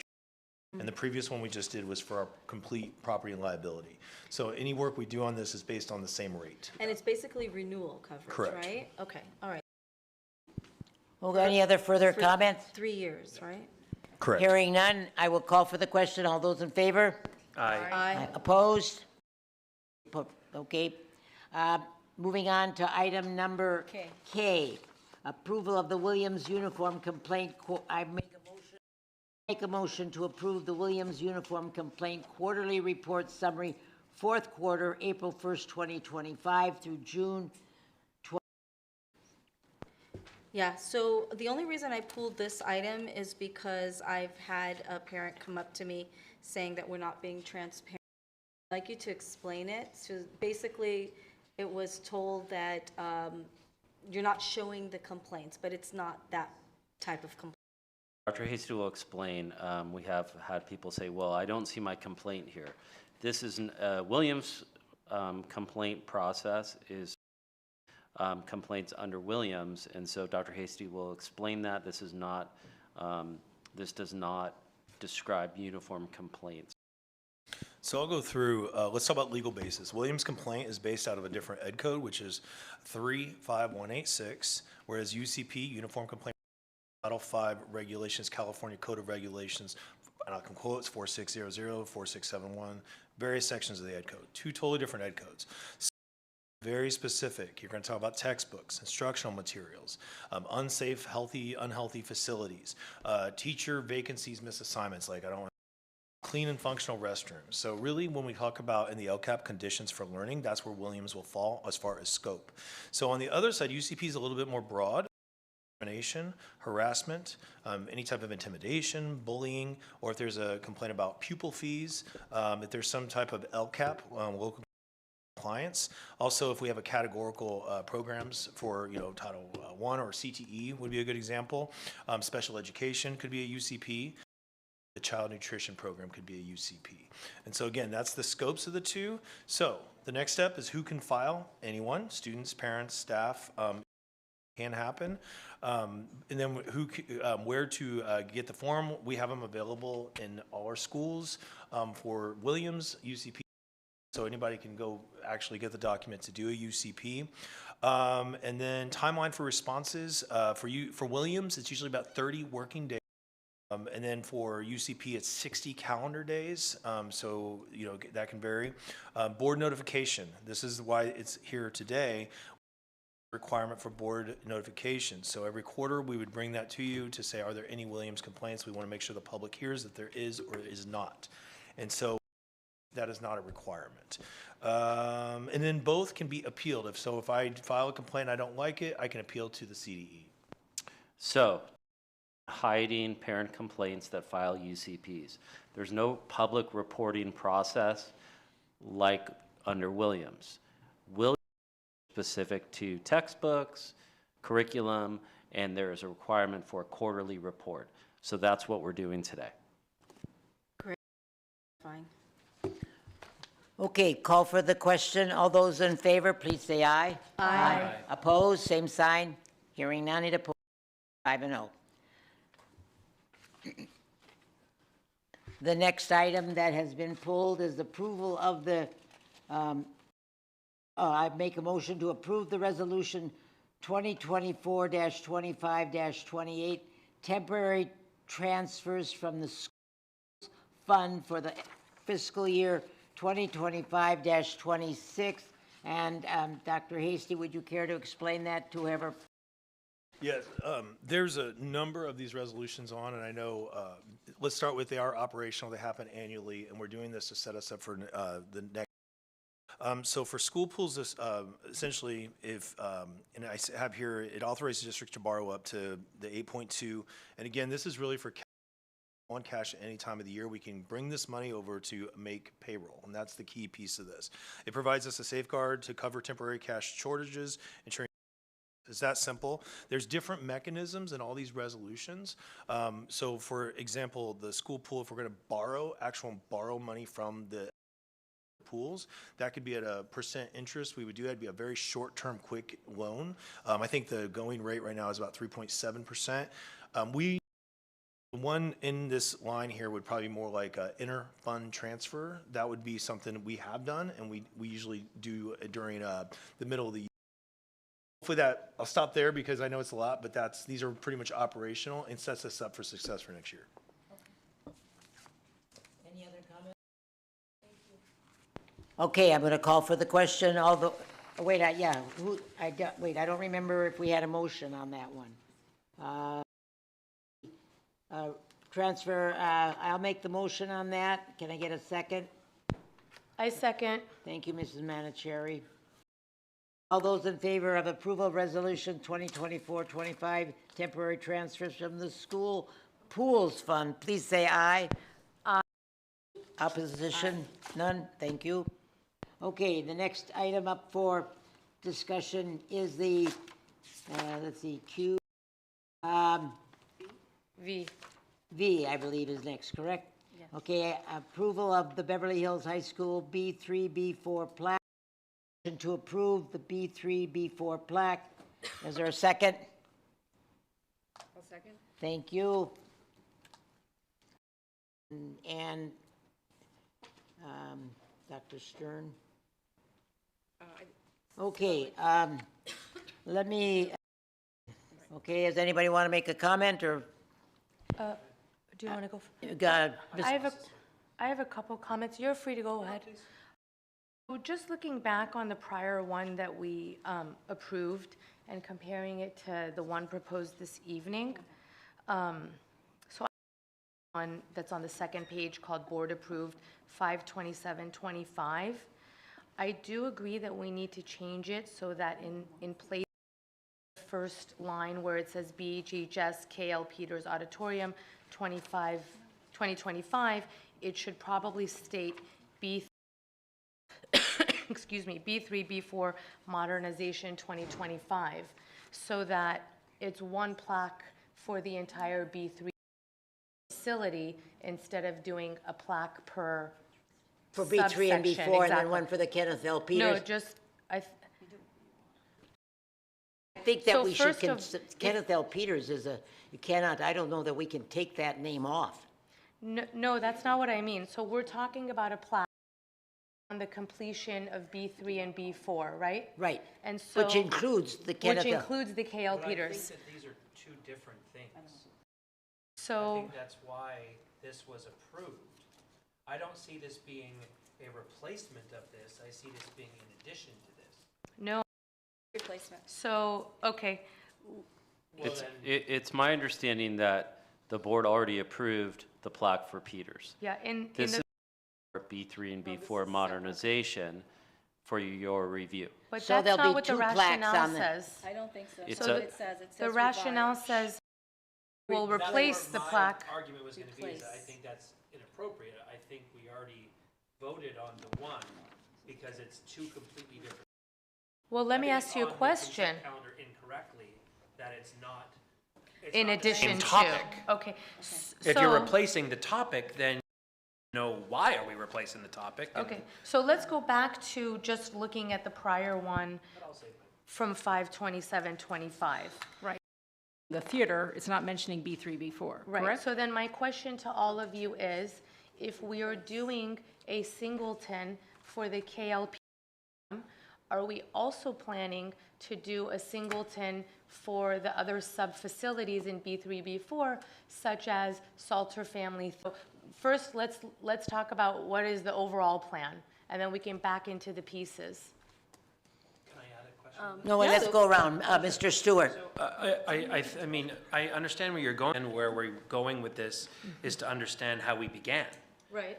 This was obviously, I wasn't involved in the creation of this first one. Based on the consent calendar, I looked at it, I was like, okay, makes sense, I voted for it, it passed 5-0. Now, 2 weeks later, we're completely different subject matter with completely different information on it, with completely different names. So I guess my first question is that a mistake to say, oh, we should have never done it this way, now we need to correct it? Or is it a mistake as a revision as opposed to an addition? And if it is a revision as opposed to an addition, why is it being, when it passed 5-0 2 weeks ago? What has transpired in the last 2 weeks that is now forcing this onto the? Okay. Mrs. Bhattacharya, do you want to say? Mrs. Bhattacharya, you're next. I mean, I would be interested to understand the rationale, and who prepared the first one versus who prepared the second one. Similar question, what's transpired in the time since then? I think that we as a board should first determine, let's begin with the end in mind. Do we want to do one for B3, B4, and then let's work backwards, you know? If we want to do one for the entire B3, B4, that approach versus if this is, I might have a different approach versus if this is in addition to. But based on the agenda and the rationale of BHHS B3, B4, in the rationale, the last line says, this plaque will replace the plaque which was previously approved on May 27th, 2025, that conversation. And I'm flexible, I can have different conversations all at the same time. Do you think there Okay, should be two wait. different ones? I know, but I just wanted you. No, I think that it's a good idea to just do one before modernization, personally. Okay. Is it my turn? Yeah, I'm just calling on you. Thank you. I'm just calling on, give me a chance. They were having, I have other, go ahead. Okay, so according to the agenda, 11V is to replace what we already approved. We can't change what is already on the agenda. So we should vote on revising the already approved for May 27th. That's it. Thank you very I much. agree. All right, Dr. Stern. I agree, there's two different issues here. We could, just dedicate, notoriety to plaques for certain features, or we can do it holistically. I am of the mindset that we should do it for the entire facility itself, B3, B4. Notwithstanding, I understand that there are certain benefactors. I don't know his name, but perhaps, that the fact that it's called that, gives their due in that sense. But I would be to accept more of the one we have right in front of us, which actually is for B3, B4 modernization in 2025 versus just one single-handedly for a facility within the structure. So we should. Okay, I just want to, something back at that I visited the plaques at El Rodeo and at this B1 and B2, which included the names of the previous. I thought about that, and I thought I'd bring it back for that consideration. However, if it wants to be that we have, if we're going to have just one plaque, I personally would love to see that. I think the Kenneth L. Peters is an institutional name on that. It could be the B3, B4, and Kenneth Peters auditorium at that point. And I think that being realistic about there for 4 or 8 or 13 years during this whole process, would consider that possibly doing all of the. It's not my choice. I'm bringing it back for board consideration. That's the reason that I'm doing it. So If I could ask, I guess the main question, A, who's the person that prepared the original one from 2 weeks ago? Okay, the one that was prepared, I was given two was prepared in such a way that all it had on it basically was the names of the board. Yeah, I'm seeing it right there. Yeah, the first, I have to go back to the first one. You're saying, Mrs. Marcus, that you were provided 2 options for One last had week. a Norman on it and a BH there, and the logo on the top is all you need, and that's what I took. So I took those off, and I made that one design, like that you see now. Then I get the plaques at El Rodeo and at 1 and 2, and I saw that board members who worked very hard during their 8 or years that were here were on that one. So I decided. But also too, Mrs. Marcus, we've also, Dr. Chernus had taken of about Those were 6 much- other signs. Yeah, those were that- much older. These are more recent ones. Sure, That's but I'm just, if you're going to be using examples, you should use examples. But I was just saying I was using what's been recently put up in the last 2 years. But I guess my question still stands, is that since we voted on this, what has transpired since then that has now Because I spawned took this? note of the others and decided maybe I'm not giving, maybe it was my mistake. That's what's transpired, okay? Now, I'm not telling you which way you want to do it. That's why it's here for a vote tonight. If you want just to have with the Kenneth Peters and leave it, that's your decision. Not- And I just would otherwise, say- or we could have one that says that with the Kenneth L. Peters and the names as it would be on what I'm suggesting, or that's my concern. Just I personally think the right way is for the one that we did last week to be revised so that BHHS 2025 is replaced with B3, B4 Modernization 25 and call it a day. To me, the rest of it is as it already was. And I say that with. Well, I don't, that was not part of it. The bottom was not, that was not a, we took I that know off. everything from last week's, except for the initial title, because I only would like to do this one time, and I don't want to have to do it again for the next time. Well- I would like to make one notation.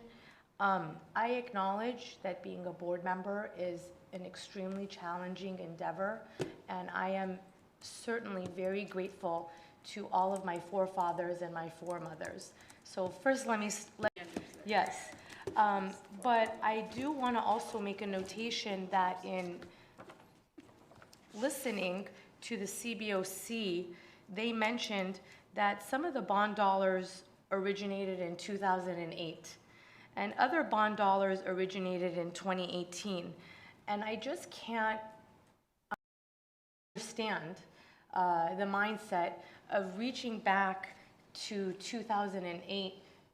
What is that, like 17, 18 college folks from that Well, time? but I will tell you, know? it includes 15 more names on the Yes. plaque. That's all I'm saying. I want to speak to the inclusion of more names. I think the more names are on there, the worse job we did as a district, being the completion of the construction. And so I don't look at more names as a feather in my hat. I look at more names as something that dragged for years and years and years. And so for me, it's not, I don't take it that way. It's not that I look back and I blame anybody like that. This is the board that's here when this is completed. In a couple of years, projects will be finished that I will have worked on. Belong to the board that's there at that time. Because otherwise, based on what you're saying, it's going to be like 25 people by the time these projects are done. Okay. take one more round here at the other side, and then I think, so you're suggesting that in addition to the Kenneth L. Peters on that one, that you want to modify that, the B3, B4? No, I'm requesting that for those that made the motion and the second to, and amend their second to only sub out the title of it, so that instead of referencing the auditorium, it references B3, and we can be done. I'm not, okay. I'm All not right, too what do sure you how need? to say that I see, let's procedurally, but, vote. Well, they both, every, Yeah. amend your motion. well, I and mean, I'm amend just your second. asking for educational purposes. So. Well, the motion I is would to vote no, approve so- DHHS B3, B4 plaque. You vote no. Okay? If you vote I want no, both it's because that's the approved one that we have. If we say no, if we that get means 3 you're votes, it going to becomes the last approved. one. If Yeah, we get, if you say if we no, get 4, Not approving the revised. Right. if you don't approve it, you say no. Okay, I'm going to call for the Wait, wait, question. if you, Approve the revised, you say no. if you do approve of the revised, You say yes. You say yes.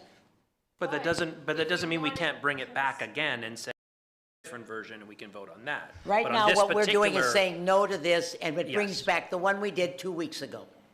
But what I'm So- suggesting is an amendment so that we can wrap it up.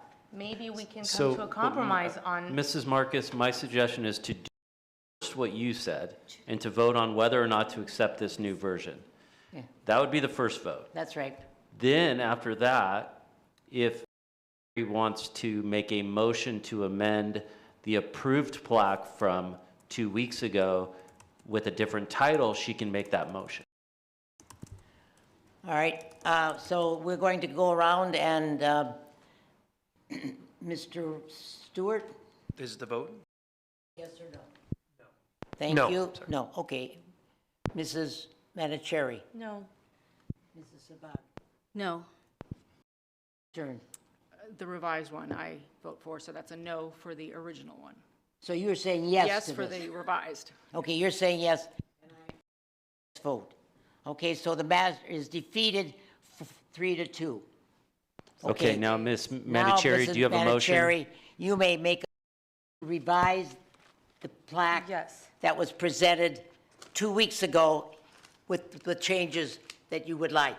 Okay, so I motion to revise the plaque that was approved on 5/27/2025 so that the title where it references KLP Auditorium is substituted and replaced in its entirety by B3, B4 modernization. And it I think, Mrs. Marcus, you hit it on the head a few minutes ago. I think the KL Peters name. Can I get a second? Oh, second, yes. Oh, thank you. Okay, and Mr. Russ Stewart. Yeah, I think the KL Peters name is too important to leave out of this conversation. To be the crown jewel of the property for the next, 25 years. We have such for it. We've been waiting for it for so long. It is going to be literally the greatest property achievement here. And to say that your original thoughts of the original sign, which I truly believe was meant to showcase that, it's really not a big deal to have two, and to give it the recognition that it's due for our school district and the community in general. I think it is that special and that important. Then what is the big deal of that specifically, and then having a second sign that follows these guidelines Well, right now, for the the motion- overall project? Right now, the motion is to change the Yes. original motion, Kenneth L. Peters, and B3 and B4, and you may, as I just want to give my thoughts, but I Yes, will no, be I'm voting just no. saying. Thank you. Okay, Yes. Okay. can I ask you a question, actually? We're not- just, We're in discussion. we're discussion. Yeah, so for example, for Conheim Athletic Building naming that we have, because, so to me, these are different ball games. The naming rights are the naming rights. Where the plaque is the plaque, and it signifies the overall project. And so, one that I saw one picture that was in Beverly Vista, it pertained to the Beverly Vista modernization. It was not a specific auditorium. And furthermore, when somebody has paid for the naming, for their name to be on there, not our name to be on there. And so that's why I think that if we're going to honor the family, we should do it as a singleton issue and put their name on it. I don't think they're paying for anybody else's name to be on their plaque. Okay, Mrs. Sabag, comment? Yes, I personally, I understand the logic that Mrs. Manicherry was saying and Mr. Stewart. I like a name rather than numbers. I'm just thinking 50 years down, who is going to know what B3, B4 even means? I also agree with you in regards to, I actually don't know. So I don't know what they contributed. I don't know how that even works into it either. So I like the way it was instead of numbers, but that's my opinion. How about Mrs. Sabag? Wait, not your turn yet. Okay. Dr. Stern. I think we're all to honor and to make sure that the surname that goes with certain features is absolutely displayed. And I totally agree with that. The question becomes, again, singularly, or we do it, we name it, as you said, like B3, B4, along with the Peters Auditorium. I don't know, but I could see the rationale for having, or locally, just at the, at that location, there is a one sole plaque that has their name, and perhaps getting back to the other naming, which is like the larger, B3, B4. It's unfortunate that seems to be the name of the building, but I do think the project and the people or the board who, as well as contractors who were involved in that deserves its own special plaque, or it's want to, ignore that one as well. I guess I'm saying there's two different options that need to be As highlighted. someone who's been in the district 60 years, that building always called the Kenneth L. Peters. It is an institution, and to see that name, and we were remodeling the Kenneth L. Peters Auditorium, whole project. So in far, I personally, if we're going to save and do the last one that we voted to do, the first one on, I would like to keep it as the Kenneth L. Peters. So the motion which was moved and seconded, I will vote against because I wanted to say the. Do you have another question, Mr. Stewart? Can I ask you a question, Mrs. Marcus? And also, Mrs. Sabag, to your point, would it, for it to state B3, for example, B3, B4 Performing Arts Wing? It's the Kenneth Peters Auditorium. Well, I am sorry. I withdraw my motion, and it looks like we're keeping it as is.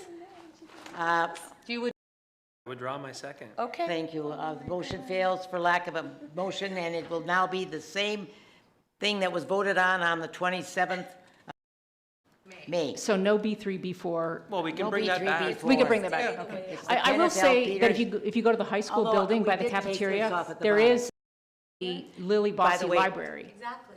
And does that have I'm okay with this names on it? I don't think so. I don't think so. It looks like Mrs. Marcus and Mr. Russell are both this is the Peters Auditorium building. And let's keep that name. Yeah. I can live with that. For sure. Hills and then. No, that's what I took off. I don't like that.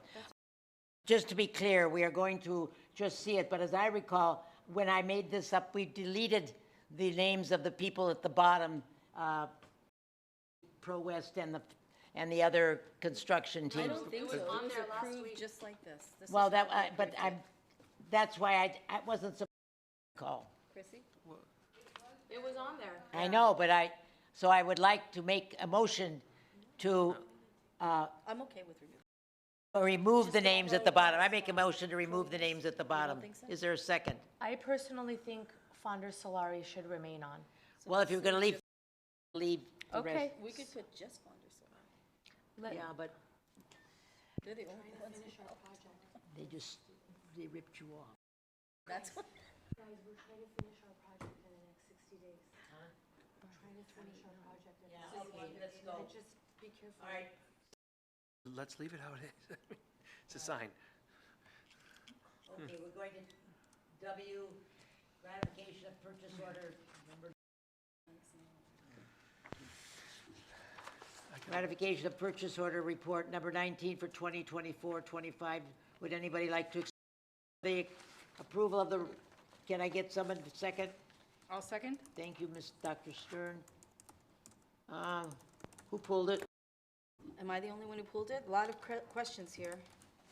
Okay.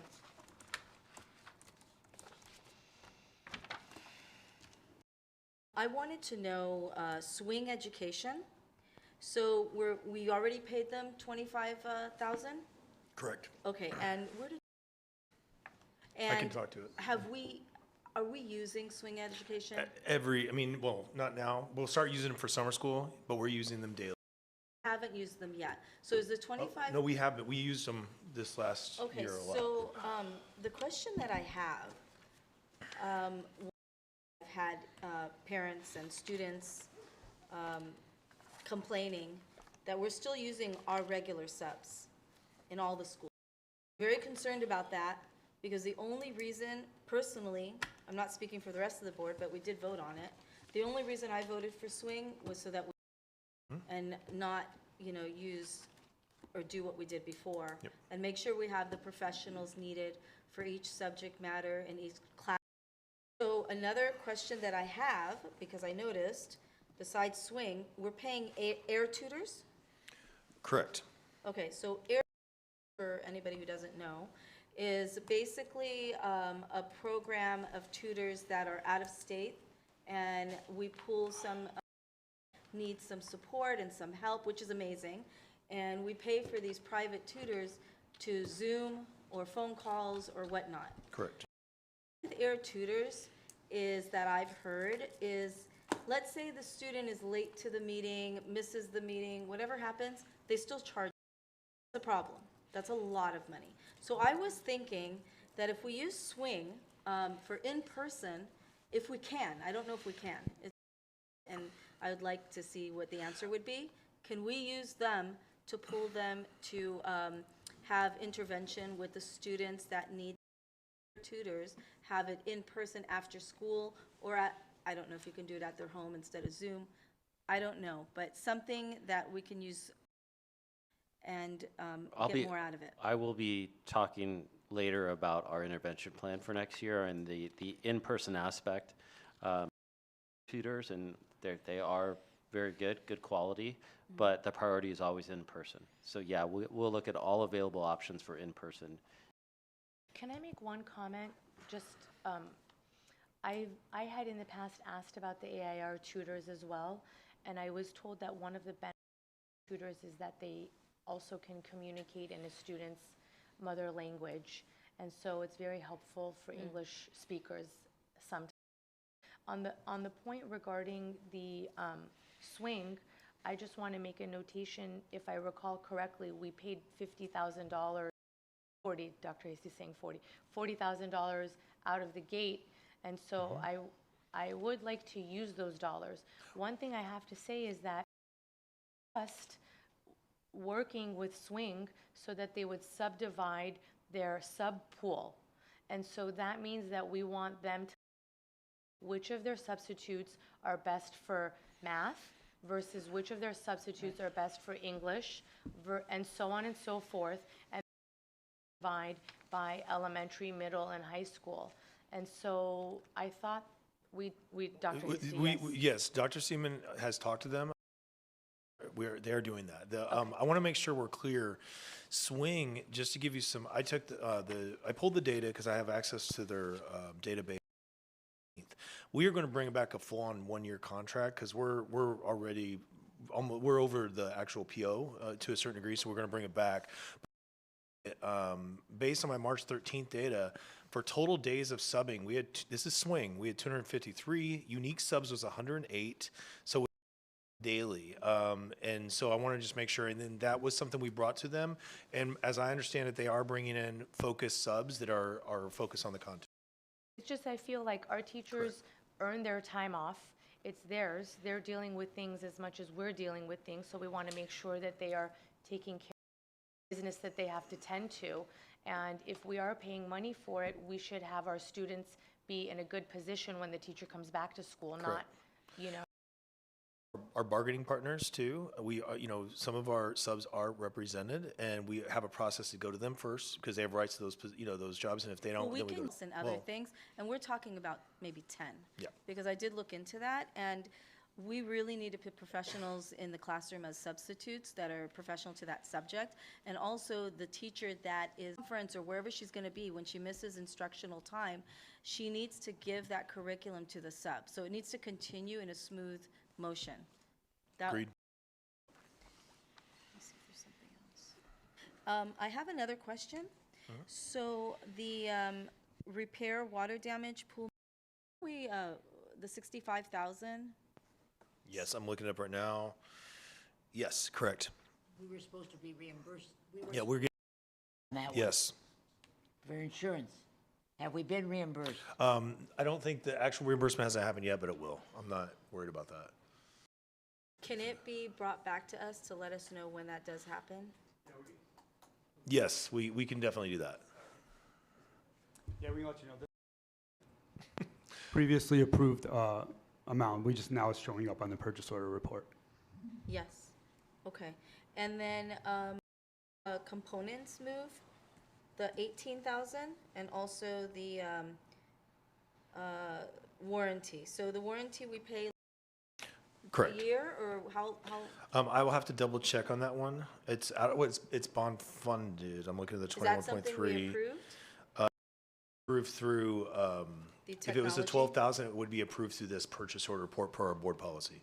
And what is the 18,000? Is that fixing the? I see Dell Marketing LP. I would have to double check, but most likely it's the moving of some components, but I have to find out. Because it would be very interesting to get a warranty actually are spending on, and maybe we can learn for that for the future. Yeah, correct. We can. Instead of spending. So I want to make sure I understand the ask. The ask is you want to see as to what the warranty, what we're doing with the Yeah, warranty. because Okay. we're paying for a warranty that's over 12,000, and Yep. yet we're paying 18,000 to fix the Yep. actual computers.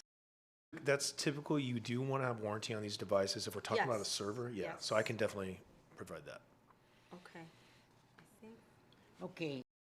Questions, okay. Core switch, what is that? Core switch, Let me see. 20,000? Yeah, that's that's a connection for our infrastructure for our tech. Those are Okay. definitely all infrastructure. When you see switches or warranties, that would be why it's bond funded, because those are upgrades. Okay, thank you. Purchases. Okay, call for the question. All those for approval of the ratification of the purchase order, please. Okay, thank you. And last but not least, warrant report X. You have a question on that, Mrs. Sabat? On that, X? Yeah, let me get to this.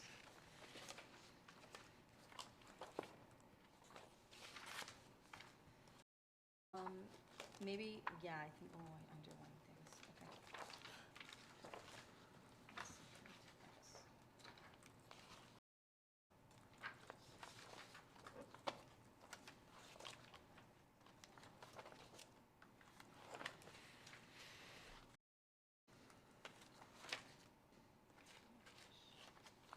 Yeah, this is a long one, yes, I got it, but it's big.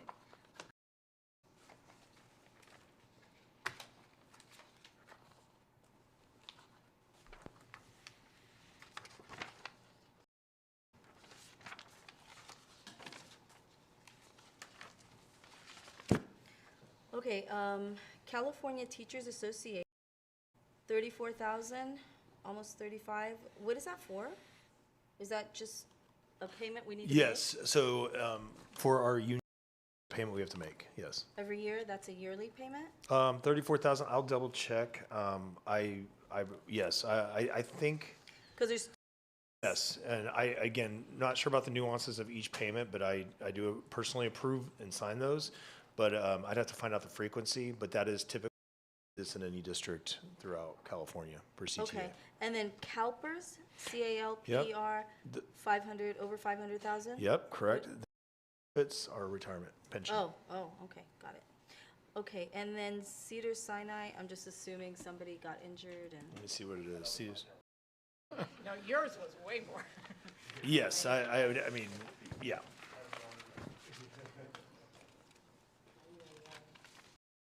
Yeah, let me, Can I ask you, Mr. Wade Roach, he no longer works for us, right?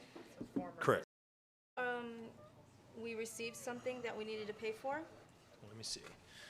on This page is, I 417. believe he retired from us, and so we're paying for a portion of his benefits, which is a benefit of retirees, and, yeah.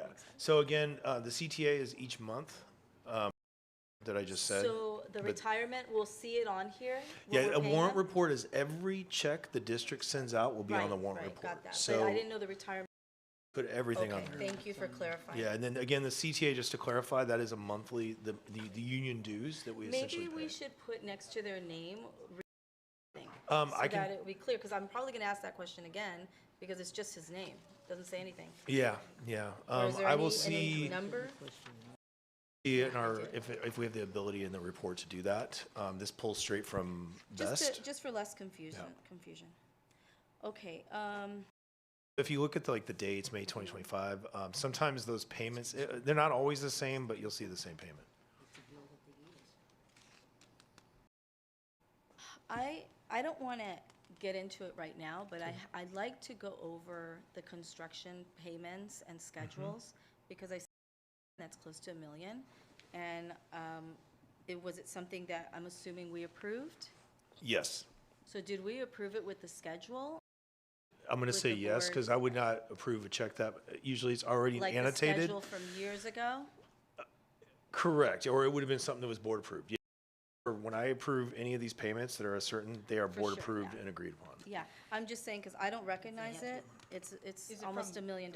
Yeah, let's see which It's one on it was. page 422. Is it Pro West? Okay, it's Pro yes. West, that's what I need to know. Okay. Application number 71. The 967, okay, got it. So what is that exactly? So that's their monthly pay application that we approved and paid as part of their guaranteed maximum contract. So every month, they submit a pay application and we review it and pay it. So it's not a payment schedule then? It's No, schedule payments because each month it is different based on how much work they performed. Every month I'll get a full invoice with all the different items I did, and then we reconcile the total cost based on all the different items they did. And it's part of a total cost plan. We can definitely provide you just a Yeah, I'd like to maybe, without discussing it here, I'd like to understand that and dig deep into that. and I I'll- think my signature is like the 5th signature on that, so Yeah. we have that the process. And that was one of the things that was part of the old audit findings that it wasn't happening here. The reason I have a concern with it, because usually when you have a payment schedule, so you know exactly what you're paying and what it goes to. In this situation. Yeah, we have that. We have a schedule of So we values have that also. attached to each pay So what I'm application. understanding, actually doing the work and then invoicing us. Correct. Is that normal procedure? Yes. Okay, because it seems very odd to me. I don't know which part, but Meaning, I'll yeah. tell you why. So for example, let's say, like right now, they're fixing air conditioning. So let's say it costs 50,000. We are going to do, and this is how much it's going to cost, and we approve that. So they don't need to send invoices because they've already charged us and it's already in the schedule.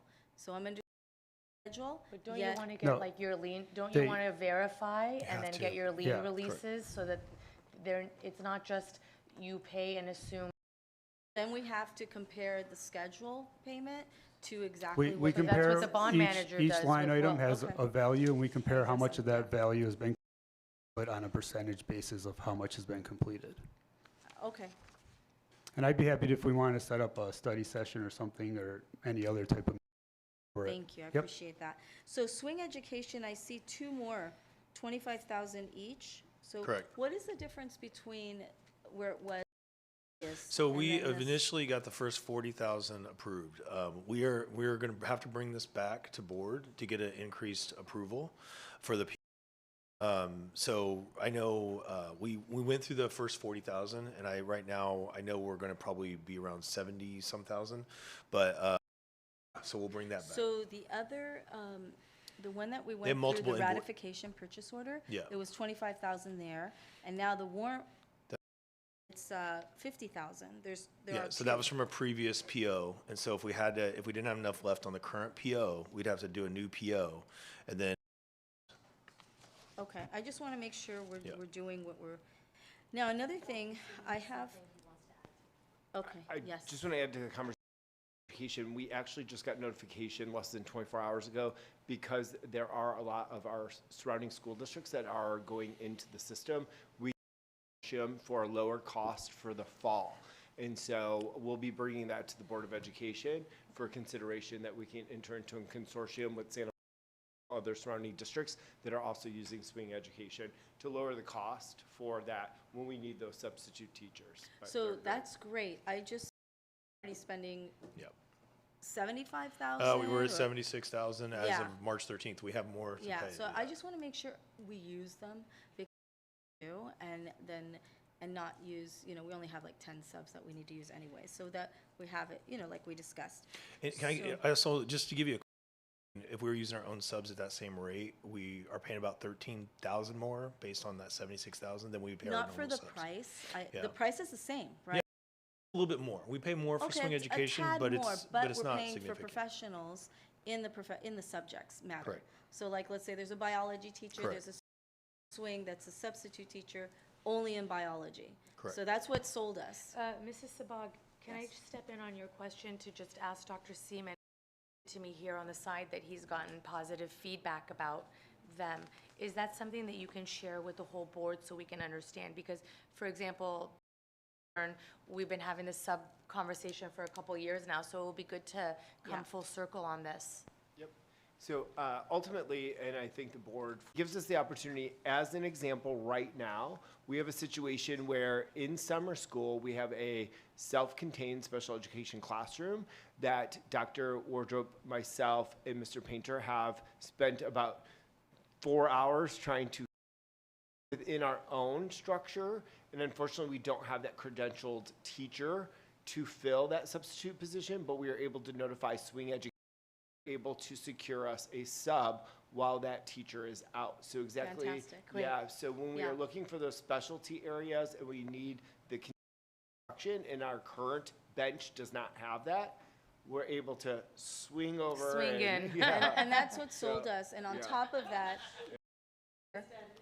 right, and then we want to also make sure that when they're swinging over to the classes and our teachers are swinging to their conferences, that we want to make sure teachers give them the curriculum and nothing's being missed, as if the teacher's there, right? Okay, so the next one is on page 425. T-Mobile. Why are we paying somebody that no longer works here their phone? 2 charges there. Yeah, I saw that. Yeah, 425, May 9th and May 12th. Oh, excuse me, May 9th twice. I will We look had- into that I mean, one. it's very minimum, but I Yeah. just don't know. I will look into that one. Yeah, please. Oh, one is for April and one is for March. Yeah, they're two identical charges. Yeah, okay, I'll look into it.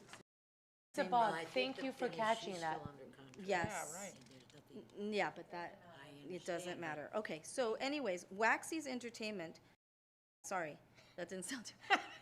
What is this? Page 426. Wax Enterprises are most of our custodial needs. And we did not approve that. It's just something, because it's like $45,000. Typical, But the thing is, cost of business. with all due respect, I understand, we need it, we don't need it, the board should approve it because we have 45, 5,000, 3,000, 2,000, 600, another 5,000, another, if we add all those, we're above. These are separate. This Same, is the same, one- same. Not this wax. Okay, waters, never mind, sorry. Yeah. I stand corrected. So it's 45,000, 2,000, and 120, and I don't know if there's any. So if it's the same company, or it's the same thing that we're paying out, I understand the 60,000 doesn't need board approval, but, and you're splitting it, it adds up, right? Correct. Okay, so can we be aware of that? And then, lastly, JF Alexander Inc., what is that? Yes, sorry, my eyes are not. 427. Yeah, ZF Alexander provides our air and noise monitoring services. That was a previously board-approved contract. A lot of money. So much money. Okay. I think that's it. Thank you. Okay, I'll call for the motion. I don't think there was one. Approval of the warrant report. I'll make a motion. Can I have a second? I'll second. Thank you, Dr. Stern. All those. Say Aye. Thank you. Okay. All right, we have approval of the Beverly Hills Unified initial response to the California School Employees Association and its Beverly Hills Chapter 328 CS items. I need a motion to approve our response. Can I get a motion, please? I'll make the motion. I'll second. Thank you, Dr. Stern. Opposed, anybody want to go over that? A on the personnel initial response. No. Nope. Okay. Call for the question. All those in favor, please say aye. Aye. Aye. 5-0, thank you. Okay. Looking at number 13, approval amendment to number 3 for the Swinnerton Building for Beverly Hills High School Building C, the athletics project. I can make a motion. Thank you, Mr. Stewart. Anybody want to make comments, questions? Nope. I will now, the next Yeah. three Yeah, are now mine. it's your prime Just time. in case, right? Is that just in case? Yes. All right, all those in favor? No, we have questions. Well, I asked if there were any I questions. said yes. I'm sorry, I didn't hear you. This is A, right? No, I did A already. I asked for questions, and I said, No, we're on 13A. with, 15, A. A, we did A. A, 13A. No, we're on 13A, no? No, I asked if there are any questions on this, and we moved it. Mr. Stewart seconded. I asked No, for Mr. questions. and Mr. you Stewart didn't answer seconded, me. and then we invited Mr. Carrot up for discussion. He had called for the question. It's okay, we can have him then. No, we were waiting so we could ask him our questions. Okay, I'm just saying that, said aye. Okay, can you explain that, please? Absolutely. So this, as we stated in the rationale, this is not a change to the contract amount. After we approve the final GMP for Swinnerton, it's our duty to amend the interest rate payment schedule as attached to this board item as an attachment to the amendment. And the reason why we need to do this is it's part of the lease-back education code. They have this rate schedule included in their contract. So their original contract did have this rate schedule, but now that we've amended their amount, we had to amend this rate schedule as well. To give you some background on it, this rate schedule will not really apply to us if we do complete all the payments on time, so we will not be making any of these interest payments. And there's also a statement at the end of this amendment as well that says no payments will be above the guaranteed maximum price that's already been approved.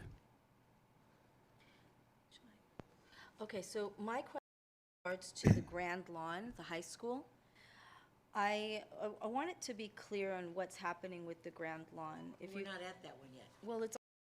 Oh, it's in that one, all right. Yes, yes, then we have another proposal. Yeah, that's what I thought you were referring to. Yeah, so in this, in the plan, you want us to approve these amounts, right? No, the amounts have already, the guaranteed maximum price has already been approved. This So is, 5 million, almost 6 million, is that new, or that's already been approved? no, it's already been approved. For the lawn? Yes, it was included in the GMP number 3. Previously approved. Okay, because from my understanding, when we last spoke, it was supposed to go, changed it. Yeah, we were, we gave an option, or we were trying to explore all of our options, I guess I could say, on whether or not we continue with Pro West to complete the Grand Lawn project or get other quotes from other contractors, Swinnerton they are on site already, and their costs were lower than Pro West, so we went with Swinnerton. So, okay, so is one, the timing. The second one is that Swinnerton cannot even start because we're on. Correct. And then we have the lease back. Can you explain to the community the lease back? So the lease-back delivery method and a method that a lot of districts utilize as opposed to doing like a traditional design bid build or even a design build project. And a lease a certain part of your campus, property, or a building to the contractor to complete the work, and in return for them completing the work, we make lease monthly until the project is completed, and then it is the property's transferred back to us. So the Grand Lawn, right? The property we're talking about encompasses the Grand Lawn, B1, or, well, there's two separate contracts. So if we're talking about the Swinnerton contract, property includes the Grand Lawn and the footprint of the new Conheim. Okay, so are we, I just want to know the bottom line. When are we actually going to finish the Grand Lawn? Because it seems like last time we spoke about the Grand Lawn with the schedule, with the timing, was about 6 months ago. And it was told to the community that we're going to finish at the end of the summer. Yeah, 6 months ago, that's when we were exploring the option with, after doing our due diligence and getting pricing and also reviewing schedules, we decided it'd be better to go with Swinnerton. And that was something we presented to the board as part of our last construction update. Can I just say one thing about that? From what I recall, it was not to the board or to the community that it would be ready in August. My understanding was Fonder Solari came to the board, and because we're using for non-service for construction, usually there should be an RFP bid process. So Fonder Solari approached the board and said, item, do you have the appetite to not go through that typical process, because we could really watch over similar RFP process, but not technically, and we could try to get it done sooner than later. And so, no, it was not stated done by August. It was stated that if the scenario were to work out, one of the benefits of going in a different direction on asking and working with Pro West to do it would be that it would be done by August. So never was a promise made. It was a presented to the board to gauge our temperature of did we want them to proceed and pursue it. Then they went out and they pursued it, and they saw dollars looked like it would be higher than they would want to pay. So then they actually went out and did an RFP bid process. In the process, Pro West came out $1.3 million higher than Swinnerton. And so therefore, as per law, Swinnerton. Right. Am I That's correct? it in a nutshell, Yes, yes. that's- And we all, after conferring with the board, we all agreed that the benefit 2 months or 3 months earlier did not outweigh the $1.3 million. So that's good to know. And also, when the real hand we have the Grand Lawn finished, because I know they're In working on the December. irrigation. When did you say? I'm sorry. In December. Oh, Eh, end of summer. December. End of December. Uh, in my opinion, it'd be a beginning, but So what is the timeline for them to finish our Grand Lawn? As a staging. As a parking lot? What is August the timeline? 1st. They said That's when- August 1st, they're going That's to when be done. we plan to or give that property over to Swinnerton to begin their work. So did they give a schedule between now and August 1st, what they're going to be doing? Like, let's say right now, and do they have a specific Yeah, schedule? we have, like I mentioned before, we continually are meeting with the Pro West president now and also his team, and they have prepare a 6-week look ahead, and then obviously with the ultimate goal of completing the project on July 31st, substantially complete, and then be more than substantially complete by the start of school. So, okay, August so that's, 8th, once they 9th. finish August 1st, then we can start with the Grand Lawn, right? We can demobilize and then prepare to mobilize Swinnerton onto the Grand Lawn. Okay, so that's in a month and a half. Mhm. Okay, so we can hold them That's what our job is right now, and that's what Okay. we're doing. Okay, great. Thank you. You're welcome. We called for the motion on that, and we discussed it after the fact, so, but I'll call for the motion again. All those in favor of the approval of amendment number 3? Aye. Thank you. Okay, item B, approval of the contract with LA High Tech for the security devices installation at Beverly Hills High School, Beverly Vista Middle School, and Horace Mann Elementary School. Can I get a approval? I so move. Thank you, Mrs. I'll Manicherry. second. Thank you, Mrs. Sabag. Okay, questions? Yes. Yes, Hey, Mr. Stewart? Go ahead first. Sure. So, I just wanted to know if you can give us a little summary about this. I'm in, how many cameras are we talking about? What kind of brain will these cameras have? And timeline you're anticipating, please? Unfortunately, I don't know the number of cameras, so this contract actually doesn't include the actual cameras. It's for all the cabling. Cameras are provided by the city. So this is for the cabling, for the cameras. This is for the $1.8 million. Part of that, For I'm those sorry, that- yes, it's part of okay. that agreement we have. Thank you. This contract will install all the infrastructure and cabling for those cameras and also include the install of the vape detectors and some PA speakers. And that's at 3 schools, the high school, Beverly Vista, and Horace. What kind of timeline do you anticipate? We gave them a schedule of 57 calendar days. Yeah. So that means by the start of school? Yeah, or we soon wanted to thereafter? say by the end of summer, but we'll probably roll into a few weeks into the school year. But Great. they'll be done with all the intrusive work by the start of school. at all the properties? At all the, At Horace Mann, the high school, and Beverly Vista. okay, El Rodeo is pretty well equipped already. Thank Any you. work here?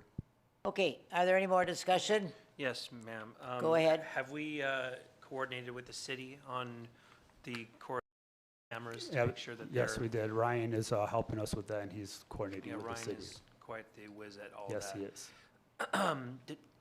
Is it making sure that it's tying into our current infrastructure? Yeah.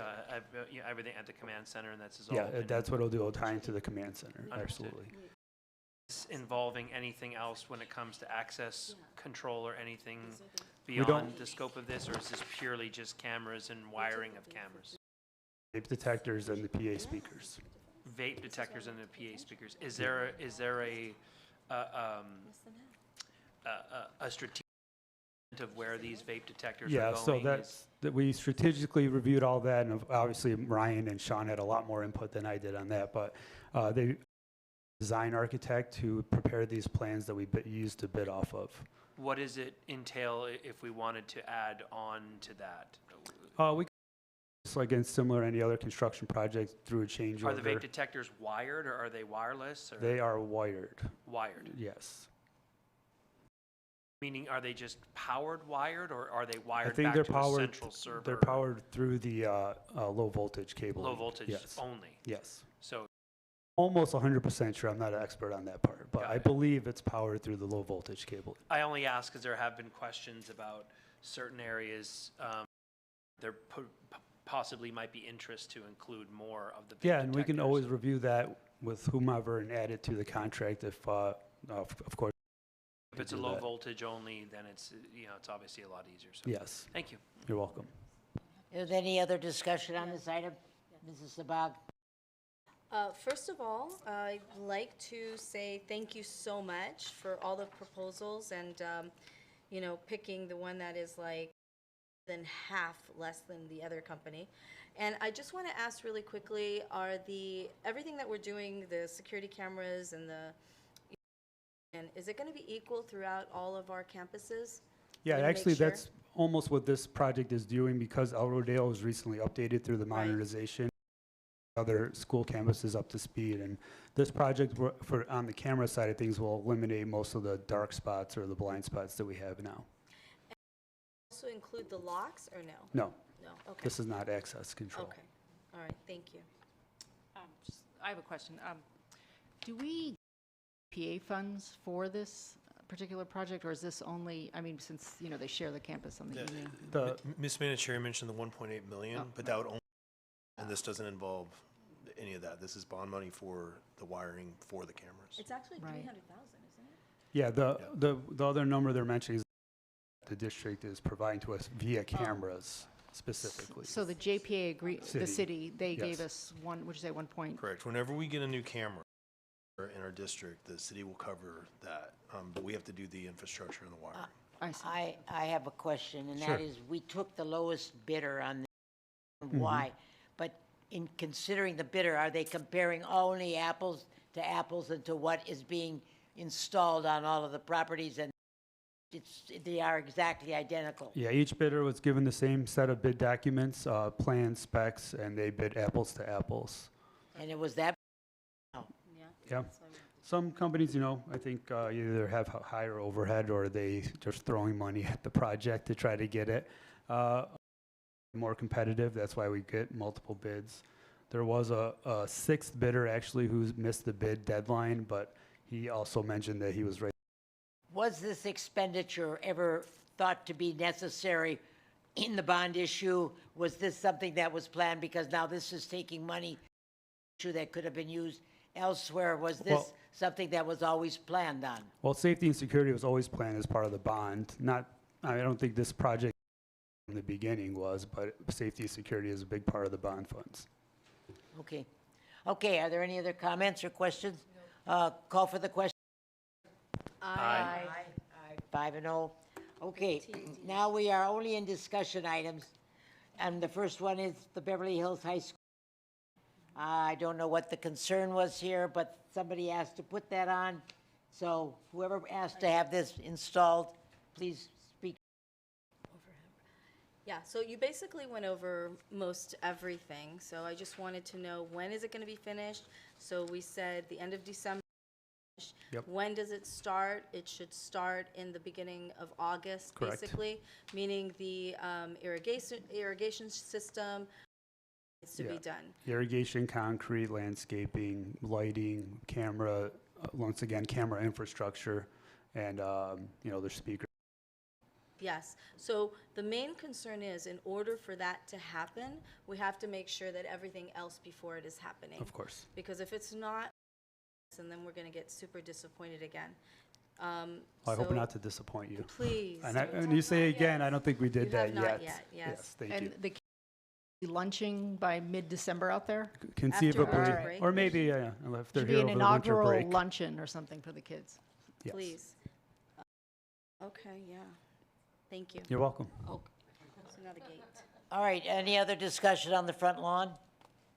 No, but I do want, front lawn is to manage expectations. It was presented to the board in the past. The front lawn is going to be 80 to 90% of, because the 10% that is adjacent to the south side, to the new Conheim, is going to be used as a Lay down. Yeah, Lay basically, down. new Conheim footprint. We'll need So that for I staging. was, I was under the impression that that maybe? would be an even bigger amount, Mrs. Manicherry, So, that, yeah. but just 10%. I was under the fact it was like a third. but Yeah, I I think don't it's know. not a third, I'd say It's maybe about 20 feet 20%. apparently. Yeah, a little more than 20 feet when you include the area that we need for the steel erection So of we're the gonna building. put like a fence there Yeah. and separate, so the kids can enjoy the Yes. lawn? Okay. Okay. No further discussion. Let's go to the security fence and gate at Beverly Hills High School. Mrs. Sabag, I believe you put that on there. Yes, so we've discussed this before, and it's, for me personally, it's a huge concern, and I'd like to discuss it with the rest of the boards, members of the boards, and maybe superintendent, and of course Will, and Dustin can also tell us what he thinks. So the fence, it's really important, of it, the height of it, the security of it, and we went through, actually, when I met with you yesterday, right? So, and with Mrs. Manicherry, all of it. So if you want to tell the community where we're at with the front fence of the security of the whole of the high school. The fence that runs along Moreno is part of the Grand Lawn project. So that'll be done at the same time. And I think what we also focused on was the actual of the high school will be for vehicles come in and out, and also there's a pedestrian gate as well. Which part would you like me to talk about, or I'm Okay, sorry? Discussed a few things. So we have the back fence, that is a security Oh, and that's another problem. one, yes. We have the entrance and exit of the high school, that is a security problem. The front that we want to make sure won't be a security problem. Correct. So I don't know, I guess this is just for discussion, and then maybe we can bring it back for voting. Front fence, I personally would like it to be 12 feet with the, you know, on top. Yeah, so with right the now, spikes. as you know, but I'll remind the board, planned for an approved design for an 8-foot wrought iron fence that does have kind of more of like a spike at the top rather than a flat Rodeo. So I'm sorry, I just wanted to I mean, clarify I'd like to go that. to 15 feet. If we can see the difference in pricing Mhm. before we go to the city and get it approved, let's maybe talking about, and then we can go to the city and get it approved. So we obviously have pricing for the 8-foot fence already. I just like to comment that if we do, I can obviously explore every option you guys would like us to, but it may affect the schedule and of course the price at the end of the day, and it will have to go back to approval. Well, the reason I'm mentioning it is because I have seen through our security cameras, students from other schools. So they don't go according to height, they go according to climbing on top of each other or whatever they can climb on. And I just don't want that, you know, to happen as much as we can. Washington DC, I saw beautiful fences and there's no way anybody can climb it. So that's the idea of that. And I then for understand. the front, for the security coming in and out, maybe doing something where it's ground and it comes up so cars can't go through. But I do have a concern with the environment that is times. There was just one in, I don't know, Austria or someplace that it was insane, active shooting or whatnot. Yes. I personally, the rest of the board, we decide, do not want that area opened at all. It should be closed at all times. Yeah, so we, Students in, and that's it. from the last meeting or maybe 2 ago, you asked us to explore the options of making that gate automated, so it's not just always open. So we did get pricing on that. We could also, if we want to increase the security even more, I'm open to any options that you'd like us to explore. Yes. Can I ask you a question? If we were to, first speaking to the fence, and by the fence I mean like the gate that goes all over the Marina. front lawn, essentially, in Yes. front of the front lawn. So the bid and the project that's at hand and which has been approved and which is scheduled to happen starting from August by, those plans have already been submitted to DSA, right? Yes, and they're approved. Okay. With an 8-foot The fence thing and is, what I'm concerned about is super thick and it includes like casing that goes into the ground. Right. So it's not like just something that we could say, hey, we're gonna swap out the 10-foot or. No, it's just footings. It's not caissons, it's footings, right? so there's, And 8 feet to 12 feet, it's not a difference that much. well, in- we would all think it would affect to So I differ, just want to be really unfortunately. clear about, The first we started the engineering, you're saying conversation the Yeah. on engineering would be timing. different, right? Yeah. And so this is what happens. People ask questions, which is great. Statements are made, and then other people interpret it as fact when it's not in fact a fact. So, to be clear, if we want to complete our front lawn with Thank the fence by end of December, so that our students can hopefully of school following winter break, sit on the front lawn and lunch on the front lawn, then we need to go with what. That's my Well, opinion, let me and ask you, also, sorry, it's just okay. to back up a little bit. If we approve a higher fence, how long would it take to get approved by it's not just a fence, because then we're also talking about the columns. We have several The columns, so it engineering can, and yeah, everything? there's Okay. engineering we'd have to pay for, redesign the plans, and then submit them to DSA. What is the You know, timeline it's on that? always a wild card when we talk about DSA, but months is usually what I would Okay, anticipate. so we have But- months right now. We have, we're going to put that fence in until the end of December or before December. You know, it all depends. It So all- yeah. We have time right as of now. All I can What say are is I can, Otherwise, we're done. It's gonna Months be are 8 2 months, 8 foot. 12 months, 24 months. well, yeah, but not 12 So- months, No, but. no. I'm It could just- be assuming. Yeah. Okay, the plans are already done, the engineering is already done. All they need to do is recalculate the weight of the material and the weight of the footing and different, change the plans a little bit. So it's revising the plans. We're not doing a whole new set of plans. But you still have to go to DSC. Yes, yes. So you still have to go there. So I'm asking, take to get approved. Well, like I said, there's no exact number. I don't know exactly how long DSA would take to review So what's the worst case that. scenario, best case scenario? Worst case, once maybe to review the plans and approve them. But also there's the engineering that you spoke about. We have to approve a change order to the architect's contract, then proceed with the design and the engineering. And then we're also talking about just added construction costs that might drive up the costs. I don't know off the top of my head, but. We cannot expect or predict when DSA is going to get their act together and send approvals and so on. Did anything want to see this done? Well, And I'm not looking for delays. I'm not looking for new expenses. I am looking to get this done. That's And we've been, I don't know how many years now. Once it's done, it's done. We can't change it. Well, So but I'm not that's saying that it needs to be changed, and you are changing it now with the, excuse me, I mean, I didn't know about this, and I don't want delays. I want it to be done. I want security, and I agree with you, but once Well- the fence is in, it's done. It's never going to be replaced.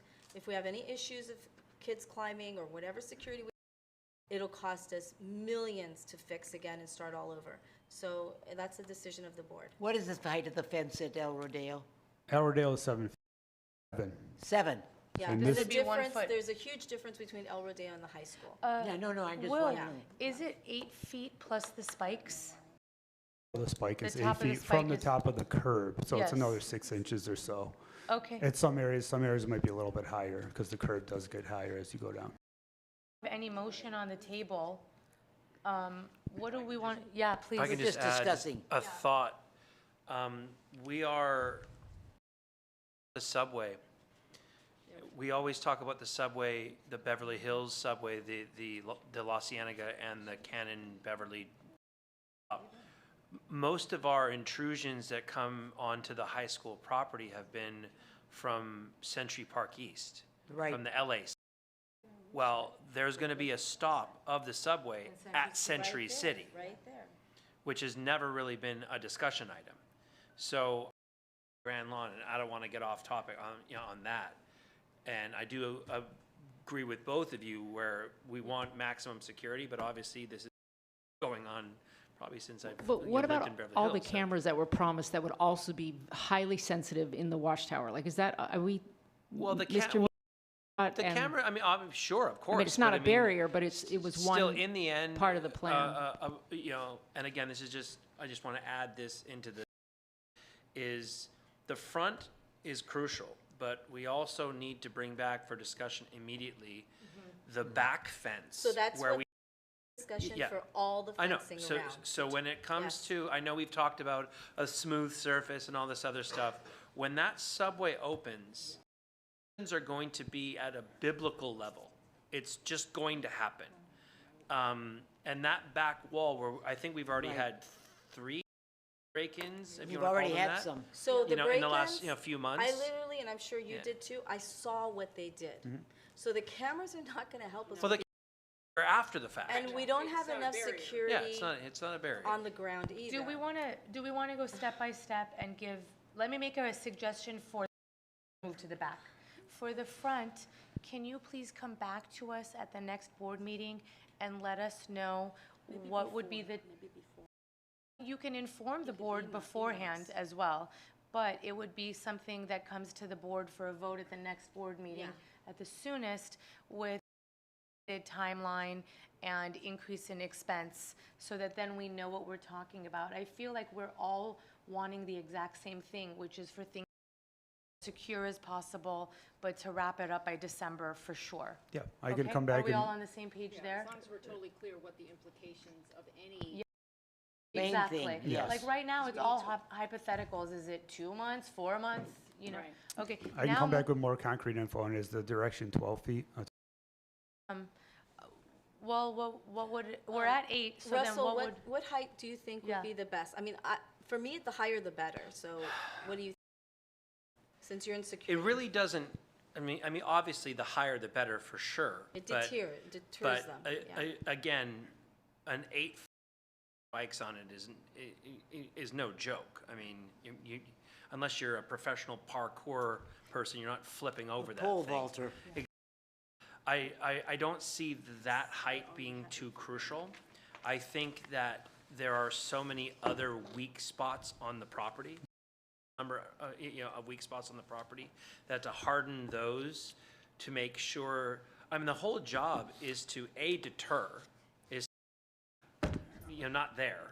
Or B, is to actually push them into an area where they believe that they might be successful and they're waiting for them.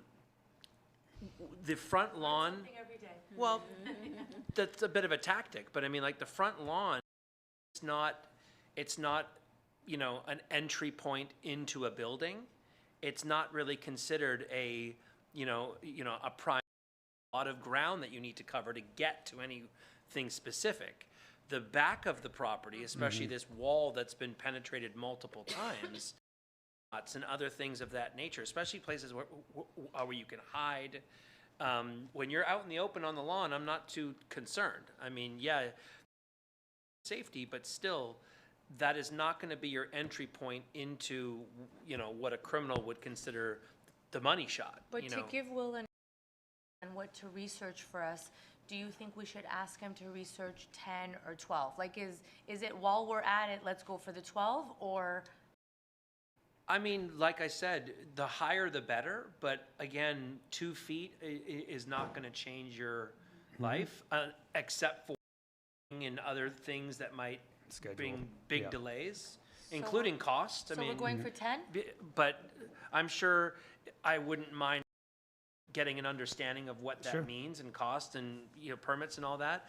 But I think that there's a greater concern in the perimeter that we already know multiple times. Can I ask a question? Is there any way to assess our security at the high school? Like, can we bring in professionals, say, look at our whole high Beverly school? Hills PD does a threat assessment of the schools. Can we do that where we just have them look at the fencing, look at the walls, look at Great Of course, suggestion. I absolutely. like that suggestion, because on the backside, I'm almost and then we can decide. out of ideas. If a professional says 8 feet is good, So would be typically, easier. what I've done is we contract through our law firm for security consultants to come and do it, so then we can We review could put that maybe on the next. We can I'd like Though to call has this to a halt school to end the discussion. pen Let us find testing out about people security. that- Okay. I think that at this 100%. point, is that all right? I'm going to on the fence and gate Thank you, and Will. wait I like for that a idea. Thank you. report. We But, come but back, can bring I it add back. one thing? Mrs. Sabag also referenced, and thank you for your time yesterday, the automating the gates to allow cars in when you go in, where the out. Yeah. Is that something that you can start to look into as well?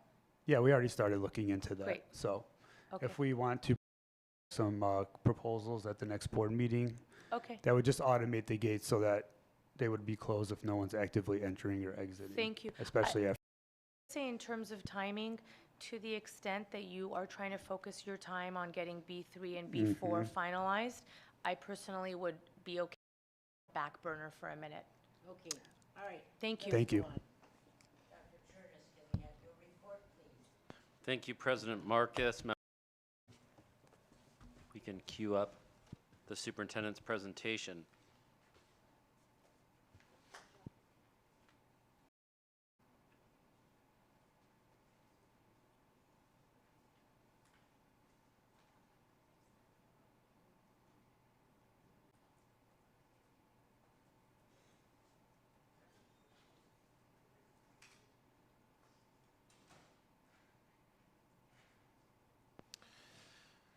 What you have before you is our most recent state test scores, and what you see is very clear. 68% of our students are at or above grade level in English, and 57% of our students are.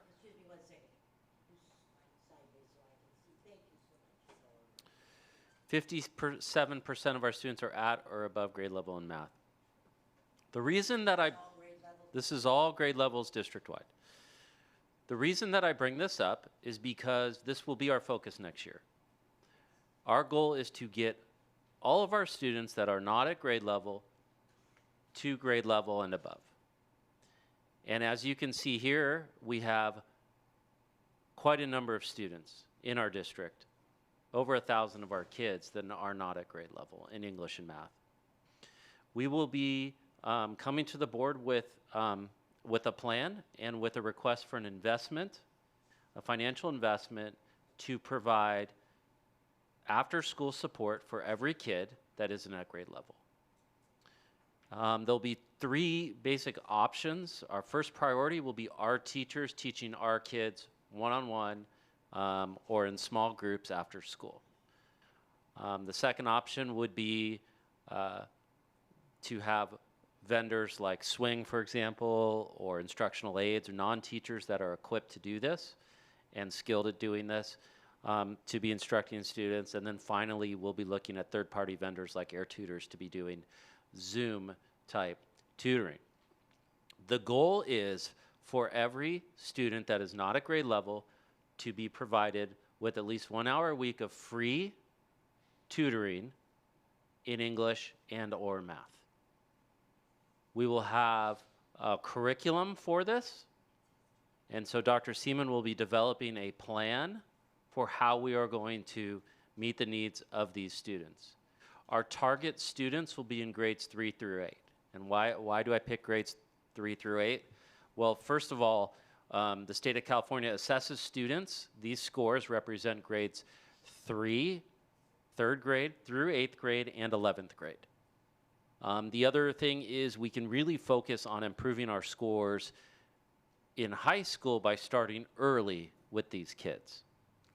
Tutoring in high school is a whole different animal. We have about between 60 and 70% of our high school students are doing something after school. They're doing sports or clubs or dance, so it's harder to have an hour right after school to do tutoring. Whereas in grades 3 through 8, it's easier to find time for the students.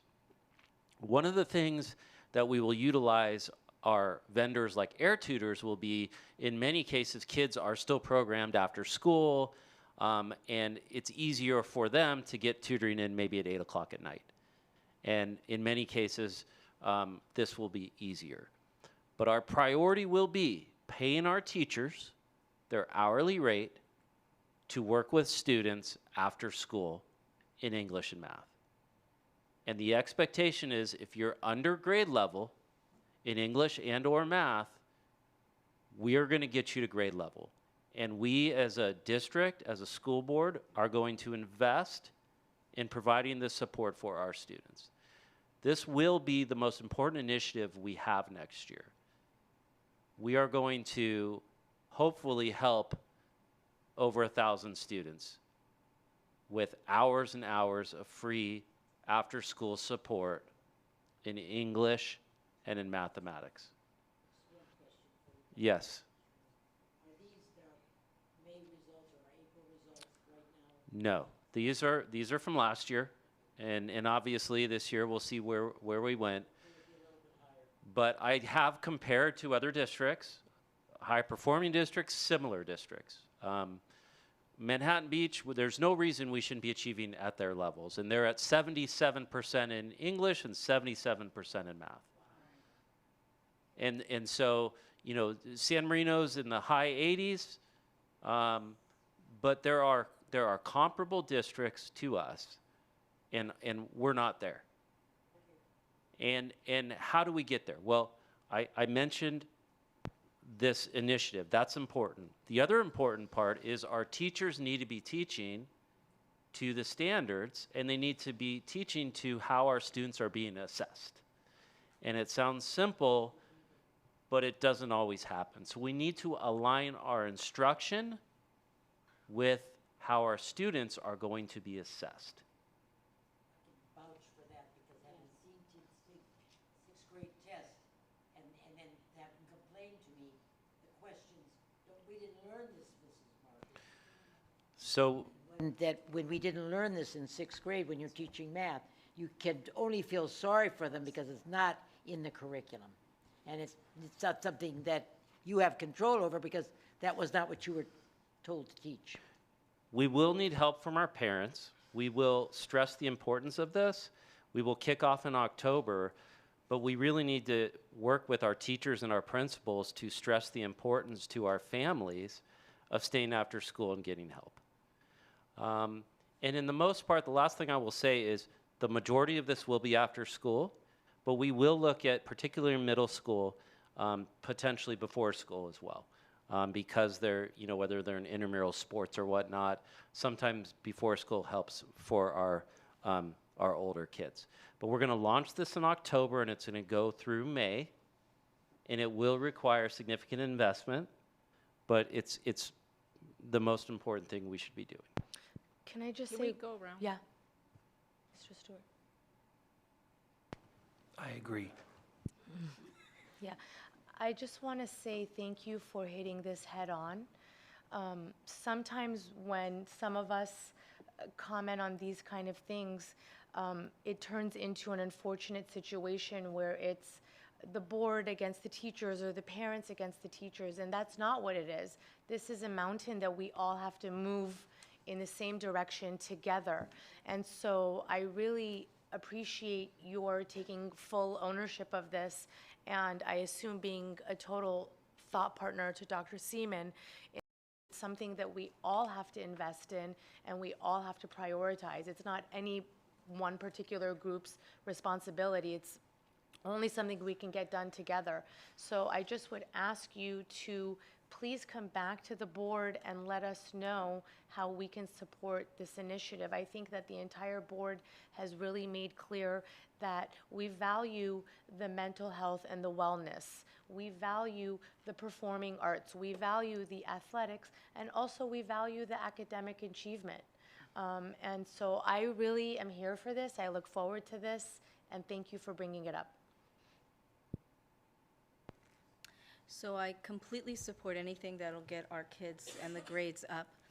I have a few things that I think are also worth mentioning is when some of the, is it 1 hour a week, did you say, the tutoring? So just 1 hour a week. Okay. I guess that would be different. The thing is that when the students are in the classroom, we need to make sure that there's accountability there, and then when they're getting tutored, that the teacher is also collaborating with the tutor of what needs to be done. I'm wondering, can we separate students according to levels? I remember many years ago, there were different levels. Let me rephrase that. Okay. It could be more than 1 hour a week. Because 1 hour a week is... We will bring to the board a plan for 1 hour a week, and there'll be an estimated cost for 1 hour a week and what we think we can do. But there's always room for more. We need the students to commit to coming. So is it one-on-one or a class? It's typically small group, Small group. like 3 to 5 kids. So if we start with third grade, let's say, for example, if we have different levels of the third graders and we concentrate on, you know, trying to help them up, and then you can do extra tutoring, I think it's fantastic. But is that something that's even considered that we can do? Like, let's say there's a child that doesn't read at grade level.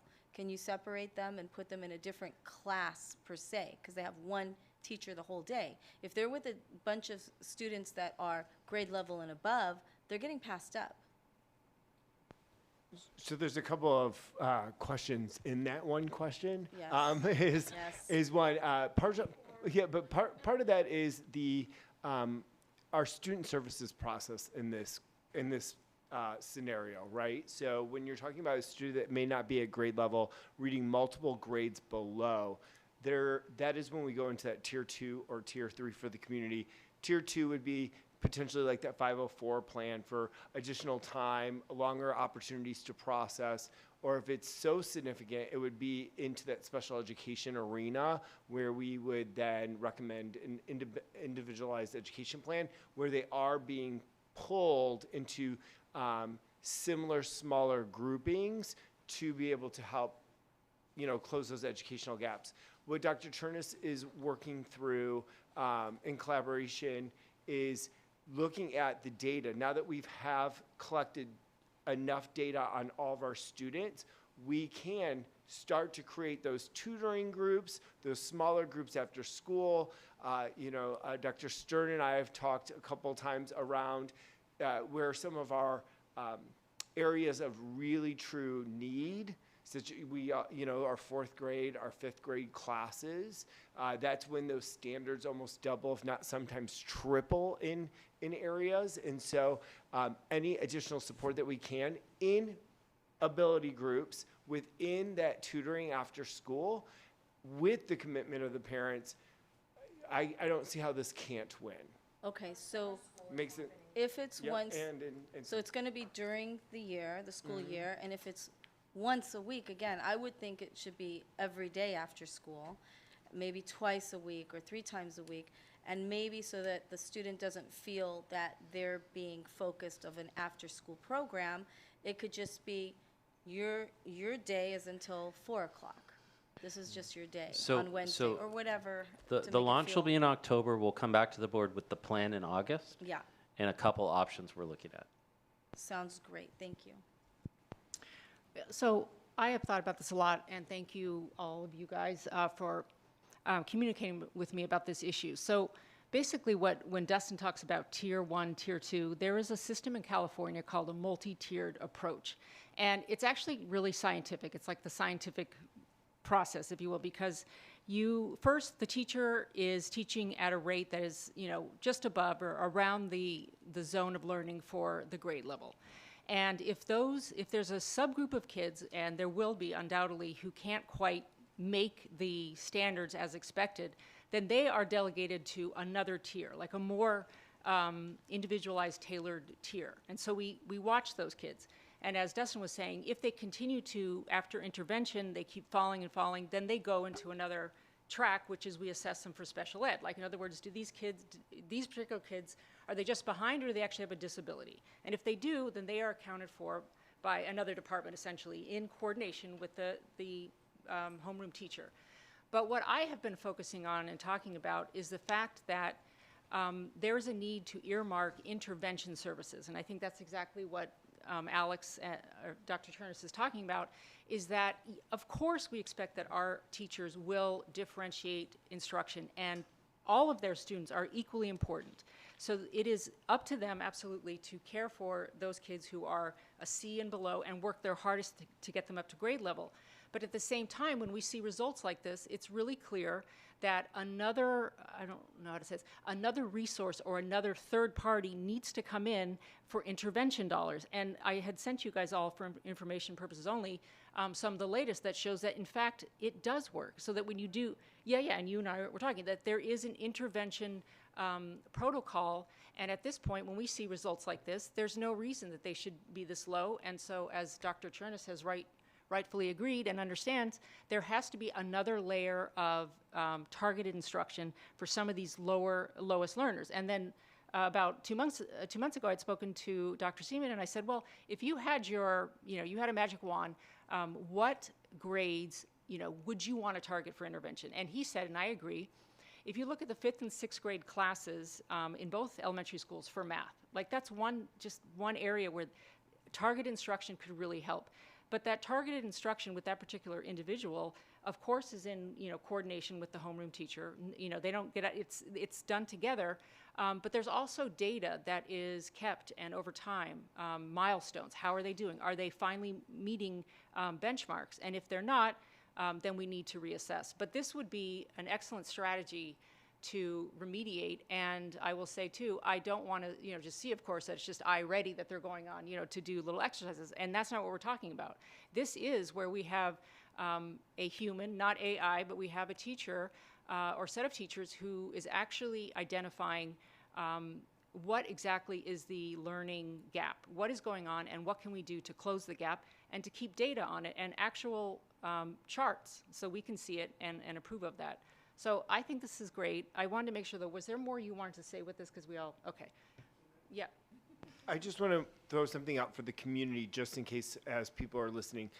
This wouldn't be in replace of our after-school EOLP or our adventure camp opportunities, because a lot of our students participate already in these after-school programs. Right. It is in collaboration with those. So if a student is in, say, right at school after school, we will pull them for these, these specific tutoring groups, or if they're part of adventure camp, we'll partner with the city to say, hey, can we, steal this kid for an hour, Right. and then be able to bring them back to adventure camp. That's what Dr. Chernus was saying, is it's really around partnering with the families and Dr. Stern of making sure we're clear in our communication, making sure the kids are going to the right locations at the right time to get the specific intervention that is But required. I will also say that there has to be, and I know you'll have this, but there has to be oversight and parameters and evaluation for these individuals, because I have seen all too often in other school districts where there are intervention funds set aside at a particular school. The principal's very excited,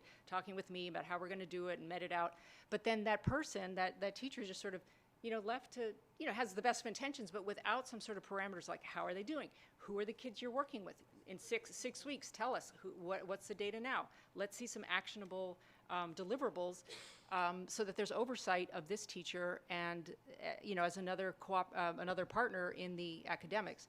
And you're right, after school programming is wonderful, but they aren't necessarily involved in the curricular aspects of our school. In fact, it's a separate program, right? I mean, it's not really like our school district. So our purview, if it has to happen after school, we really, really need parents to cooperate with us. And I know it's hard because a lot of kids aren't going to want to do those remedial things because, one, they're tired. Two, how come no one else has to do it? Three, kids don't tend to want to do things that they, that are hard for them. So that is where we call upon the parents, and we will support you in any way we can, but we need your help. We can't do it without you. Can't force the kid. And finally, I will say, just to delineate, this is not a homework club. This will be a program where kids are taught.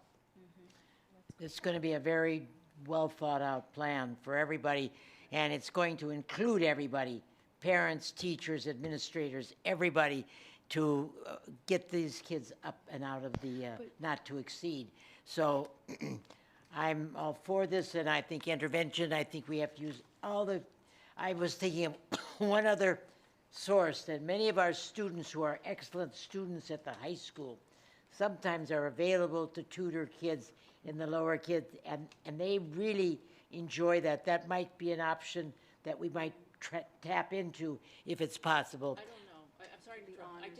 I think that could be a supplement, but I mean business with this, and I want a Oh, professional. no, I'm who's just held saying, to but the- it's yeah, a- no, it's it's a- a nice idea. It is. I mean, I think it's not, I'm not saying in lieu of. Yes, yes. I'm saying with, that there are kids at the high school who would like to do that, and that would help along with what else is going on. Dr. Chernus, what role do you think our summer school plays in all of this? Because Dr. Seaman and I have discussed summer school at length, and I want to thank him for expanding the program so extensively this year.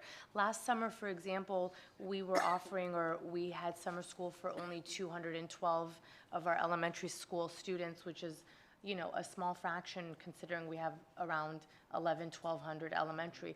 This year, it's been expanded to 400.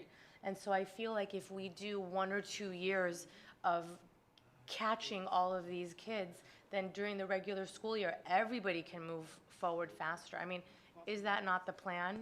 Absolutely, In it's the a plan. year-round approach? Absolutely, and utilizing these programs, whether it's after-school programs where we have them anyways, or summer school, how can we figure out how to embed instruction in there? So you're in other words, you're also going to be working with Dr. Hasty to allocate the dollars toward this investment. Yes, and we'll come to board for that investment. Okay. But my whole philosophy is sort of like when students are in special education, they have an IEP. I want every student that's not at grade level to have their own education plan. How are we going to get you to grade level? And what does that entail? Thank you. Thank you, Dr. Okay, thank you very much. Anything else in the report, Dr. Chernus? Thank you so much. Okay, moving on, we're going to have an approval of the first reading and a request to waive the second reading to approve this for the high school graduation. I would just like to briefly, you were the one that wanted this one? I have questions. You have questions. Well, let me ask, how is this now different? What was there previous? Why are we doing this now? What is the difference in it? I think I know, but I just want an explanation for, and the students and the parents, why this is there. Yep, absolutely. So ultimately, if you recall, just a brief few months ago, unfunded mandates ultimately. And what that came down to is looking at the current additional graduation requirements that weren't A through G that were being placed onto our students. And so the Board of Education looked at this board policy, and that's where this communication had went out on Friday, May 31st, around removing for the class of 2020 the health education requirement, looking at other alternative and places for those standards to be placed, in addition to the personal finance. Again, both courses are still being offered as elective opportunities and still do go towards students' graduation requirements towards their elective. So the only change between the two policies, you'll see the current one that's posted on the board agenda if you're viewing from home, to the new one is there's for the class of 2029, which is the incoming freshman students. I think what's important too for the community and the board is we had a very sign up. We've had very few students actually drop out of the course for personal finance and for health education. Students still have maintained enrollment in there for to utilize those credits towards elective credits towards graduation. Okay. That explanation out there so that in case there was, yeah. The other thing I want to add, Dr. Seaman, is can you explain how the students will still be getting the health standard? Yeah, so again, we are still working through being able to identify the essential standards that are essential for us to meet CHIA through different arenas. And potentially, if you look at a lot of our surrounding school districts, they live within our biology courses, so utilize closer to the end of May to be able to do a 1 week or 2 week essential standards course around our health standards. Places we do our Wellness Wednesdays, which we utilize our Norman Aid to be able to work within our physical education classes. So there's a couple that we can demonstrate to meet CHIA. We still will offer our 5th grade human growth. Offer our 7th grade, still taught by our health educator, Ms. Godine, at both Horace Mann at Elordale and at Thank you. One quick question. This is for the class of 29 that's sent in. What happens to the class that's going to come in the following year? Are they requirement then in 2030 being the class of 2030? Again, every year we have the right as a Board of Education to be able to bring this board. So depending on how the board would like to go with the class of 2030, it is your guys' right to have us bring this board. Same then. Correct. Okay, thank you. Mr. Stewart. Thank you. I just want to the comments that was made earlier in the night in regard to the health classes and the reference to social emotional well-being. Yes, we have had a lot of discussion about the academics, but that does not also mean that we value the social emotional well-being and those. If anything, the board has demonstrated its commitment and its acknowledgement of how important that is. In that last year, around this time, closer to August, we actually hired 4 additional, Dr. Stern, correct me if I'm wrong, school psychologists. Or was it the MFTs? They were MFTs, I believe, not school psychologists. Yeah, and so I just want to clarify for the community, this is not a shift in a mindset or in a direction of the board at all. I think that we've had a lot of conversations, and we know a lot of the families are loving the CTE pathways. They want to have the flexibility in their schedules. We also have a lot of the VAPA students who are limited in their schedules.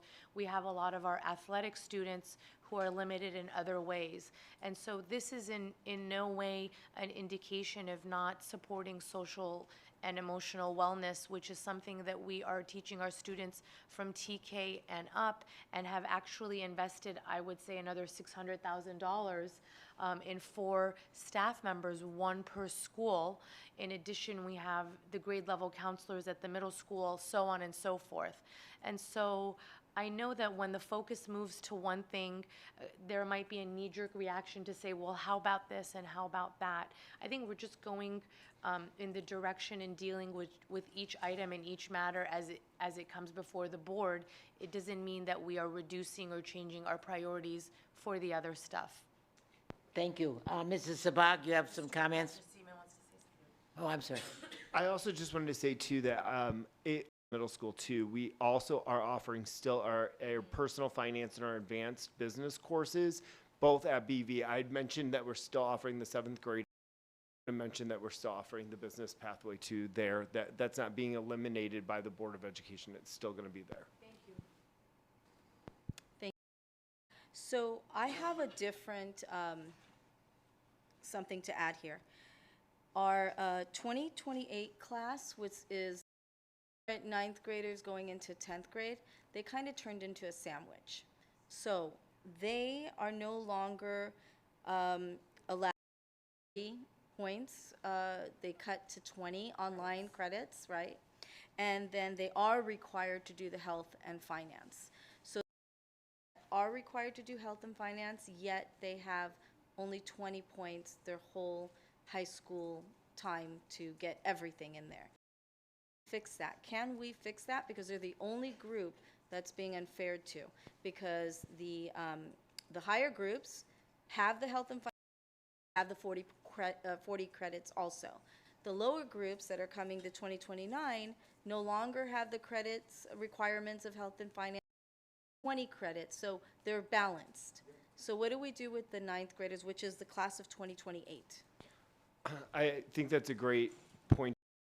Question. I think that my recommendation on the fly would be simply for us to be able to make a recommendation for board policy around not counting our health and the personal finance if they chose to take it with an external online to count towards that 20 credits. So let's say that I have a student, a current freshman, and they took personal last summer through Silicon Valley or through Apex Learning. Those won't count towards the 20 external credits our board policy. And so by just a simple amendment of removing the health education and the personal finance from the external, that then opens up an additional 10 That's credits fair, for them yes. to make it fair for the class of 2028. So that's an excellent question. And I think that on the fly, I think that's a pretty darn good solution that we could, in this reading, make that recommendation for that edit. Work with our school counselors, high school administration of any of those current freshmen that if they had taken health or personal finance later, that it wouldn't count towards their 20 external credits for their graduation. So just to recap, they're required to take still, Yep. but it won't go against their 20 credits. Correct. They still, Yeah. You mean external, externally, correct. online. That would- I think that's fair. yeah, that's a good one. Yeah, thank you. Can I jot that Yeah, down? thank Oh, you. Chrissy, So- I got Chrissy. I was like, I can't forget. I don't. Thank you. I would like a motion then, if, with approval of the first reading and request of the BP 6146.1, high school graduation requirements. Can I get a motion? I make an emotion subject to the nuance that Mrs. Sabag and Dr. Seaman created. Okay, thank you. Can I second? Okay, hold on. Okay, the amendment is to the change for class year of 28. graduated in 28. Yep, the rising sophomores. Okay, thank you. All right. I have a motion and a second. Can I get a call for the approval of the first reading and request to waive the second reading? Everybody in favor of said? Aye. Aye. Okay, thank you. All right, next we have approval of the first reading of the board policy, arrangement of the regulations, administrative regulation 5.12, use of district brand and school identity. Start this around with you, Mr. Stewart, please. Mr. Stewart, please. Thank you, Mrs. Marcus, and thank you, Dr. Chernus, for getting this back on the agenda and for all the work that you did in drafting the changes that we had discussed a few weeks ago. I'm a little disappointed to see that this is just a first reading without a waiving of second reading like the graduation requirements had, but this to meet our branding initiatives that we are doing going forward, especially right now. New athletic team that just joined us here this evening, who has already been texting me while we've been uniforms and logos and other things of that nature. I think how this is written now, Mrs. Marcus meets the requirement. Obviously, you can give your thoughts on that here in a minute. This is something that we've needed for a very long time. We are going forward with a new, not only awareness, but controls. We've had a mission to unify our branding and our mission. Problems in the past with rogue designs being made, which again are not always that crucial, but now in focus, we do want to make sure that we can quote policy and regulation instead of just quoting thoughts and prayers of what we would like. We have a lot of plans going forward. We're going to make a big investment in our image, and this solidifies that. So I'm hoping that if we all agree, we can also skip a second reading and move straight to vote. Motion, so any board member can make the motion to waive first reading. Thank you. Do we need a motion on the floor for this discussion? Comments? So, No, I think, we haven't had a motion yet. okay, so I move to approve the first reading AR 1325.12, use of district brand and school identity, and to waive the first reading. Okay, I'm assuming you have no comments since you've, or do you want to comment on it? I have a couple questions. Yeah, I think changes that have been made met the criteria that were discussed in our previous meeting and some of the concerns. I think the regulation and policy are clear. Going to align with everyone. It's a it's a policy that meets the legal requirements going. I think that how it's written is exactly what we need. Obviously, everyone has a right to ask their thoughts. This is something that the district has needed. We made a large investment in 2020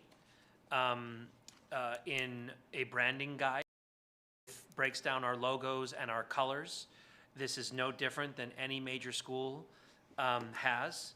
And unfortunately, when we did make that large investment in the branding guide, we did not follow through with a policy and a regulation on how to enforce that guide. Now we have this, it's come back a second time. So it's basically a second reading of adjustments. And I think this is something that down the road, at this time when we have PTAs, we have parents, and we have athletics that are all looking to products and to move forward with their own investments, that this policy and regulation is crucial at this time. Thank you. And, Mrs. Manicherry. Thank you. So, actually, first I want to thank you and Dr. for your time on this. What I really like about it is that it establishes the ownership of the assets, and the piece of the puzzle that's been most lacking is to claim these as owned by the district. And the attorney part of me is hard with that, and I appreciate it. My first question is, should we rename this to be ownership of district brand assets and school identity? I don't believe we need to use the word education code, and in California law, we are automatically in ownership of our Okay. names. Obviously, any kind of mascot or made-up logos, but even the creation of that is already covered under Ed Code and California law automatically. Okay. So I don't mind the change, it's not really necessary from a legality standpoint. Okay. Which goes to our trademark, All the licensing. the initiative, which, again, I have to shout out to Colby, wherever he is. He texts me at 2:00. He filed 6 more. I know that Jason gets those emails too. So the plan that we have been implementing will legal basis. So the addition of the word owner, I don't know if it's necessary. Okay. But obviously it's no harm, no foul. Because to me, establishing ownership more than anything of, this is ours, but that's fine. My second comment is on page 608, approval process. Brand assets is capitalized. I may have missed it, but I'm not seeing it as defined. I just want to be clear on, but what items are we talking about here? Color, like for example, you referenced book from 2020. Does that need to come to us, and do we need to adopt the book as these? Book? What book? The branding guide, The she branding means, guide. yeah. I don't want to misspeak legally. I think the ambiguity in the language Is better? more generalized. Okay. To where when we create a new asset, it doesn't need to come into to say, well, now we're going to have one more addendum because Got we made you. up a logo. We don't want to limit ourselves Yeah, either. so our brand assets are whatever we say they are. Okay. But then in which case, my recommendation would be that on page 608 in clause 2, brand assets should go from being to not capitalized, because if it's not a defined term and you want to be vague, you have to go lowercase. Otherwise, it's fine, and I read it, and it's great, and I also want to acknowledge that it gives flexibility to the PTAs, it gives flexibility to school sites, and I really appreciate that. If Horseman Elementary has next Friday they want to put together, this gives them the flexibility that they could on the fly do something if they want to. I also want to mention, I've had literally exhaustive conversations with PTA members. One conversation that lasted almost 2 hours just a few days ago. I have not had any pushback from PTAs on this at all. In fact, it's actually been the complete opposite. Yeah. It's been, wow, finally we have direction and guidelines. Yeah, agreed. Some of the questions were the approval process for the requests for creating new artwork and things of that nature. Having a communications department now, I didn't want to misspeak, but I told them collaborative. It's not to be, we're the district, you can't do anything. If you have, especially when it's student created, I don't want this policy, which I don't believe it does, to ever give the idea that nothing can ever be approved, there's some wall to it. That's why I'm specifically felt like in reading the policy and the regulation that there is an open-mindedness and a flexibility verbiage. And also too, I just want to make it clear, one of the changes were, which with all due respect to myself, it was more of a note than should have been in the first reading, but the section is totally changed when it came to discussing the BS agreement. It's been completely stripped out to have more of a generalized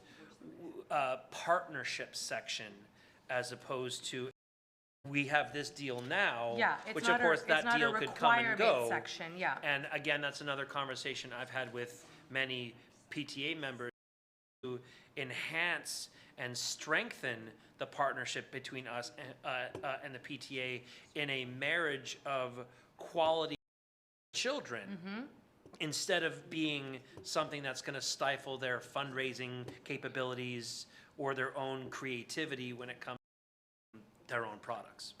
That's how I interpret it, and thank you, I have no further questions. Thank you.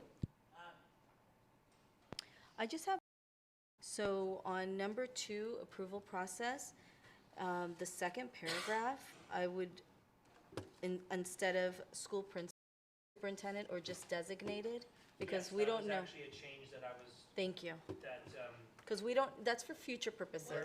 sorry, yeah, which one was that? Number Which one? 2, second paragraph, Approval and process or purposing? approval and process, Yeah, no, the school approval- principal. Yeah, would, It should be person yes, exactly. for future purposes. We don't It know. does not need to be a specific I would take that I person. could see Thank you. the district's designated. We can amend that, yeah. A district, oh, yeah, Yes, and at just the take- end. Just take that out, yeah, just take that out, yeah. Thank you. All right. Well, I want to say, are you, Chrissy is. Oh, sorry. wait, are you, We haven't voted on it. Wait, Amanda. Yeah. I'm just asking her to make a notation. Okay, yeah. So far, on page 608, under item 2, approval process, the point, the phrase school principal or is coming out subject to everybody's agreement. And then the capital. And then, that's right. I got the capitals. Can you turn your mic on? What was that last part? School principal or, designee? no, the rest comes out, please. So then it would, yeah, it would. Prior approval to whom? That's right. So it would read, all proposed district branding elements must be submitted for prior approval to the designated district branding officer. Yes. Thank you. Okay, Dr. Stern, it's all you. You don't want to leave it with the school principal? No, because we were just saying that it's a district level approval. Okay. I just want to say that I thought this was a really good revision. I really like it. It does, I think what you guys is key to, to what we need. We're collaborative. We're not, being authoritarian, and I think that's great. So I just want to be clear, last meeting, when we looked at AR 1330.1, so that had a bunch of red, and I just want to be clear that that whole policy has been replaced by this one?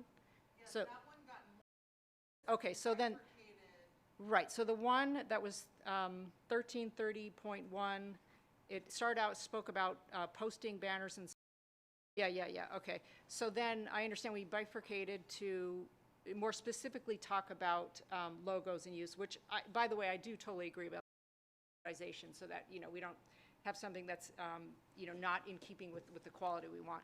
But what I like is that we have kind of stated on 1330.1 to one that I think offers more flexibility and a protocol to go through it. But I just wanted to be clear that the 1330.1 is morphed into this. Okay, that's all. Okay, couple comments. Number one, I'm glad that take this back and separate it out into a policy and a regulation, which was sort of intermingled in the last one very well. There's nothing in here that says that there can't be some people who, for things and getting approval, there's some flexibility in that, and I like that. And also, the other thing that I like about this is really separates out the process that you go through and what is involved. So for those reasons, I do approve, and I'm hopeful that, and I know it'll get a second reading approval, and so think I we will waived call it. for the question. We waived the second. Wait, we can, I think that was part of the motion. Yeah, that was part of it. That was part of the motion. So I'm going to call for the question. All those in favor, please say aye. Aye. Aye. Okay, the next one is, we have a speaker who would like to speak on the next item, and that's Katie Warren. Katie, but you have 3 minutes, and I'd like to begin whenever you're ready. Hello? Dear members of the board and Dr. Chernest, my name is Catherine Warren, and I serve as the president of BHEA. I was surprised by the language of the document 5020, Parents' Rights and Responsibilities, particularly under the section titled Nature of Meeting, which now states that no administrative personnel shall be present unless warranted by exceptional circumstances. Several questions regarding this new language that I hope can be discussed. My first question is, who has requested this change in policy? Teachers, administrators, where did this come from? Secondly, have parents expressed for this change? To my knowledge, only one parent has insisted upon the exclusion of administration during parent-teacher conference.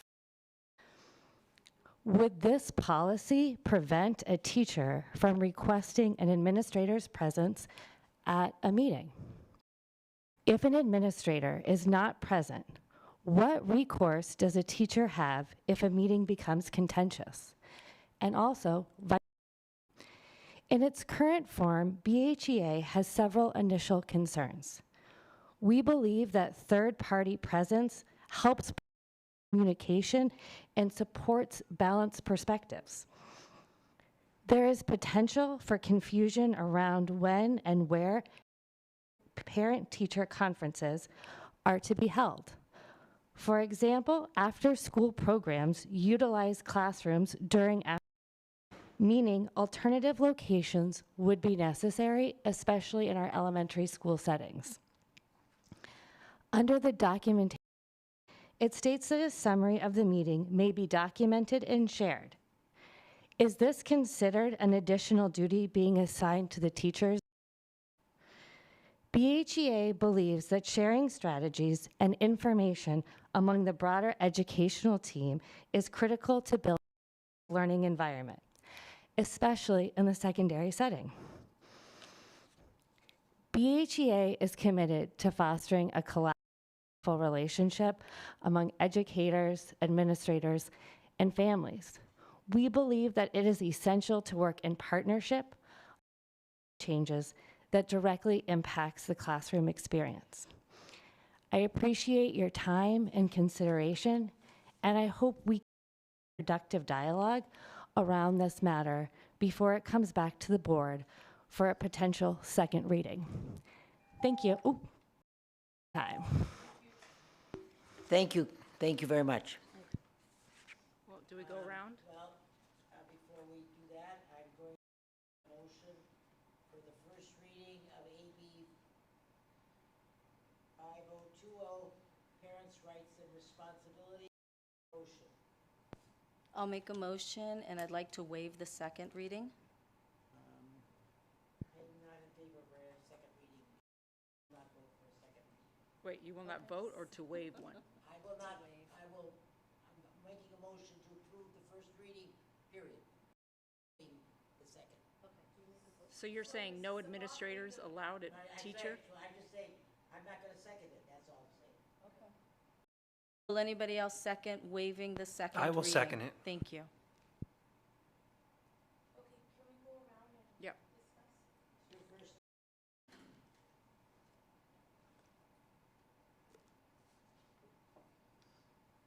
I think maybe I need to. Okay, so I would like to explain it. I brought this, okay, to the board, and not because of one person, because of and administrators, and I will not name names. So a couple things. This is simply saying there is a parent-teacher conference with absolutely no intervention, and we discussed this in the previous board meeting. The parent wants to meet the instructor for the very first time. Nothing going on. The parent has a right to meet the instructor in the classroom, like it's always been for many years, since my daughter is going to be turning 37 soon, in a couple months. And as a parent, nothing but this, never a problem that a parent can meet their child's teacher. Now, situation which are contentious, which are not okay, and everybody feels threatened. The only time you can feel threatened is if something passed. You cannot feel threatened by a parent, nor a parent feel threatened by a teacher that you have never met, that you have never interacted, that you don't even know what's going on in your child's classroom. Parents are very busy. Our parents in Beverly Hills are mostly professional parents that are and don't even have time to meet with their teachers or speak to their teachers, as a matter of fact. Teachers are very busy, so busy, as a matter of fact, they don't even put in Aries. And I have experience, so I can tell you my personal experience, and that has nothing to do with this, that sometimes the grades aren't even in, and I don't know what my child is doing, because a teacher's busy, and I understand that, and I will not take that against any teacher. So sometimes a parent would like a teacher, and that is all that this is, nothing more. When we did the Q&A, somebody asked, a board member asked, provide all board members with the portion of the union contract which speaks to parent-teacher meetings. The response from the and investigated, the BHEA contract. Article V3, yes. Employment, Section 1.3, responsibilities beyond the instructional day states, unit members are expected to be available to confer with students or after the instructional day. So that is in the contract of BHEA. Now, if I explained it before, of course, by all means, if there's any issues, which is intervention, which is any kind of counselor that needs to be involved, administration that needs to be involved, even the superintendent, of course that needs to take place. All that the wording is changing. It's not even adding, and let me read it. Let me read where it's adding to so the community can be cleared about this. Approval, parents' rights and responsibility. Okay? There is a regulation that is 5020, as you stated, with parents' rights and responsibility. It goes through, and all we are doing is just letting it to be clear that there is an amendment to be added to the current regulation. Parent-teacher academic conference non-disciplinary meetings. Purpose, to establish clear, consistent, and respectful guidelines and that BHUSD parents, guardians have the opportunity to meet directly with their child's instructional teacher to discuss academic progress in a without the default inclusion of administrative staff unless warranted by exceptional circumstances. And that could be any circumstance. Exceptional, because not every student has intervention, not every student has a parent that has arguments with administration, not everything is exceptional, right? BHUSD is committed to fostering open, transparent, and respectful communication between families and teachers. This regulation confirms that parents, guardians have the right to request and hold a one-on-one meeting with a teacher for the sole purpose of discussing their child's academic, learning environment, classroom performance, or curriculum-related concerns. These meetings are intended to occur in the teacher's or via Zoom at a mutual agreed upon date and time, like it's always been for ages. Scope, this regulation all certificated instructional staff, teachers, parent, guardians, and school site administration within BHUSD schools. It does not apply involving disciplinary matters, behavioral or academic intervention plans, which follow separate protocols. Provisions. Parent, guardians may request a one-on-one meeting with their child's teacher by email or through an official school communication platform.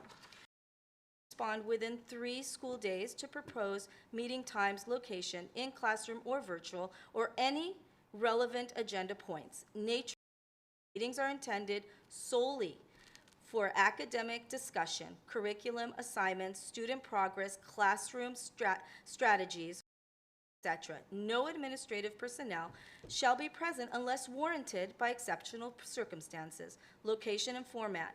Meetings should occur during planning periods, after school, before school, or at any other mutually convenient time. Alternatively, it may be held by Zoom. if preferred by either party or due to scheduling or access constraints. Documentation is optional. At the discretion, a summary of the meeting may be documented and shared for clarity and follow-up purposes. Confidentiality and professionalism must adhere to BHUSD standards of mutual respect, confidentiality, and professionalism. Any breach of conduct or inappropriate behavior by either party will be addressed under existing BHUSD policy. Communication guidelines for parents and guardians. Where do I start? BHUSD encourages parents to resolve questions and concerns at the possible. Most issues are successfully addressed at the school level through open and timely communication. Please present your questions in this order. We have where do I We have start? that. No, I would like to read this because she came, she waited patiently through the whole Okay. just to address this. So I would like to address it as well, because I'd like it to be clear. Nobody is against anybody, and especially against teachers. I want everything to be clear. And I have heard from admin that they did not prefer to be in meetings either. It takes their time away. So, which we all should know about this already. BHUSD is dedicated to providing you with transparent information about your child's education in a timely manner. Feel comfortable addressing your questions to our district. With direct and respectful communication, most issues are resolved at the school level. We want our parents and families and guardians to go to the teacher first. We are requesting this. We have done this, I think, a couple, and other schools have loved it and asked us if they can have a sample of it, and they want to use it. That's happened at conferences. Dr. Seaman can attest to that. Number one, your child's teacher. If you have any questions related to your child, to their learning, contact their classroom teacher directly via phone. Number two, your school assistant principal or principal. That's number two. At step two, your first will be your assistant principal. Now, the assistant principal is the one that is being directed to be in the classroom at these conferences, which you just spoke about. I'm only talking about number one, okay? So at step two, your first point of contact will be your assistant principal. They may then talk to your child's school counselor or the school principal, call or email the school to arrange this. So if you're going to step two, that means there's already an issue. So number three, if that doesn't work, you go to number three, relevant district administrators. The assistant superintendent principal at the BHUSD to help resolve your situation. It is important for you to know that the name of staff members with whom you have spoken and the dates of your conversation. Email the appropriate district administrator, meaning there's already, it should be documented. Make sure you have a paper trail. By the time you get to step three, you are already going to be speaking to the assistant superintendent, which is correct? Yeah, depends on the complaint. Or Dr. Hasty. So now you're going at a different level, right? We're already at step three. Step four, superintendent. The superintendent supervises district office staff and all BHUSD school staff. Only after the to resolve the situation should you contact the superintendent of schools. You can contact the superintendent by email or phone. Step five, which we all do not want to get to step five, is the Board of Education. The Board of Education has been in the community to provide leadership and citizen oversight of the district. The board shall ensure that the district is responsive to the beliefs and priorities of the community. You can contact the Board of Education via email. So this is now, the reason I brought this, and I've tried to explain it, and I don't understand why it's so difficult to understand, is because these steps are done. So if anybody has any questions, I'd be happy to answer it, and all our board members. This is simple. This is old school. Ages, just a meeting with no issues. That is it. And I don't even know why it should be here. I don't know why it wasn't here. And again, A, it is written that there are conferences without admin. Thank you. Mr. Stewart.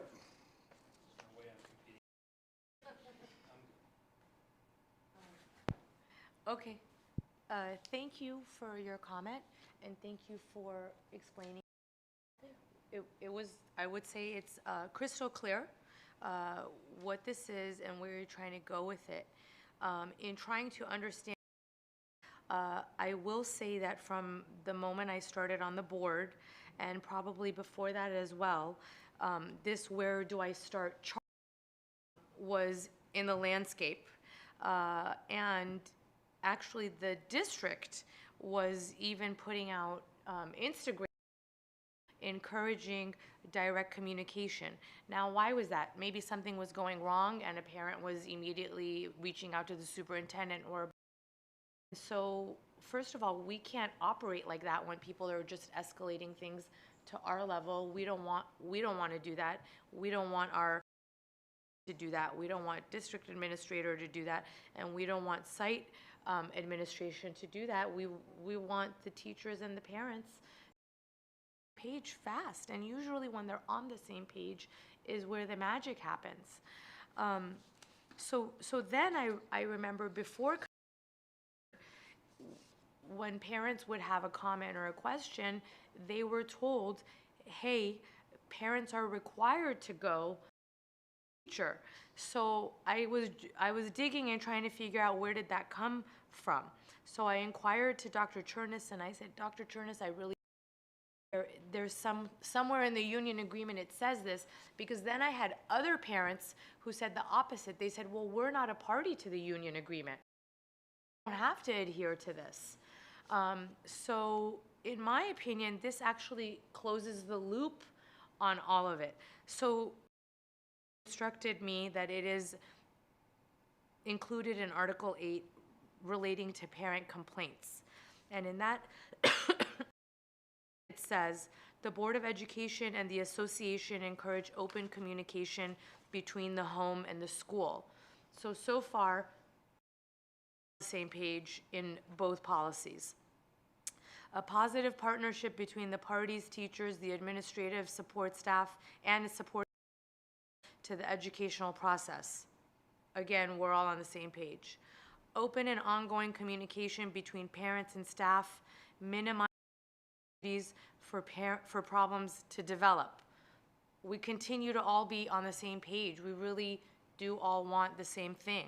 So in the event that parents or guardians complain about a unit member of the district, these guidelines shall be followed except in cases where the require involvement by law enforcement agencies.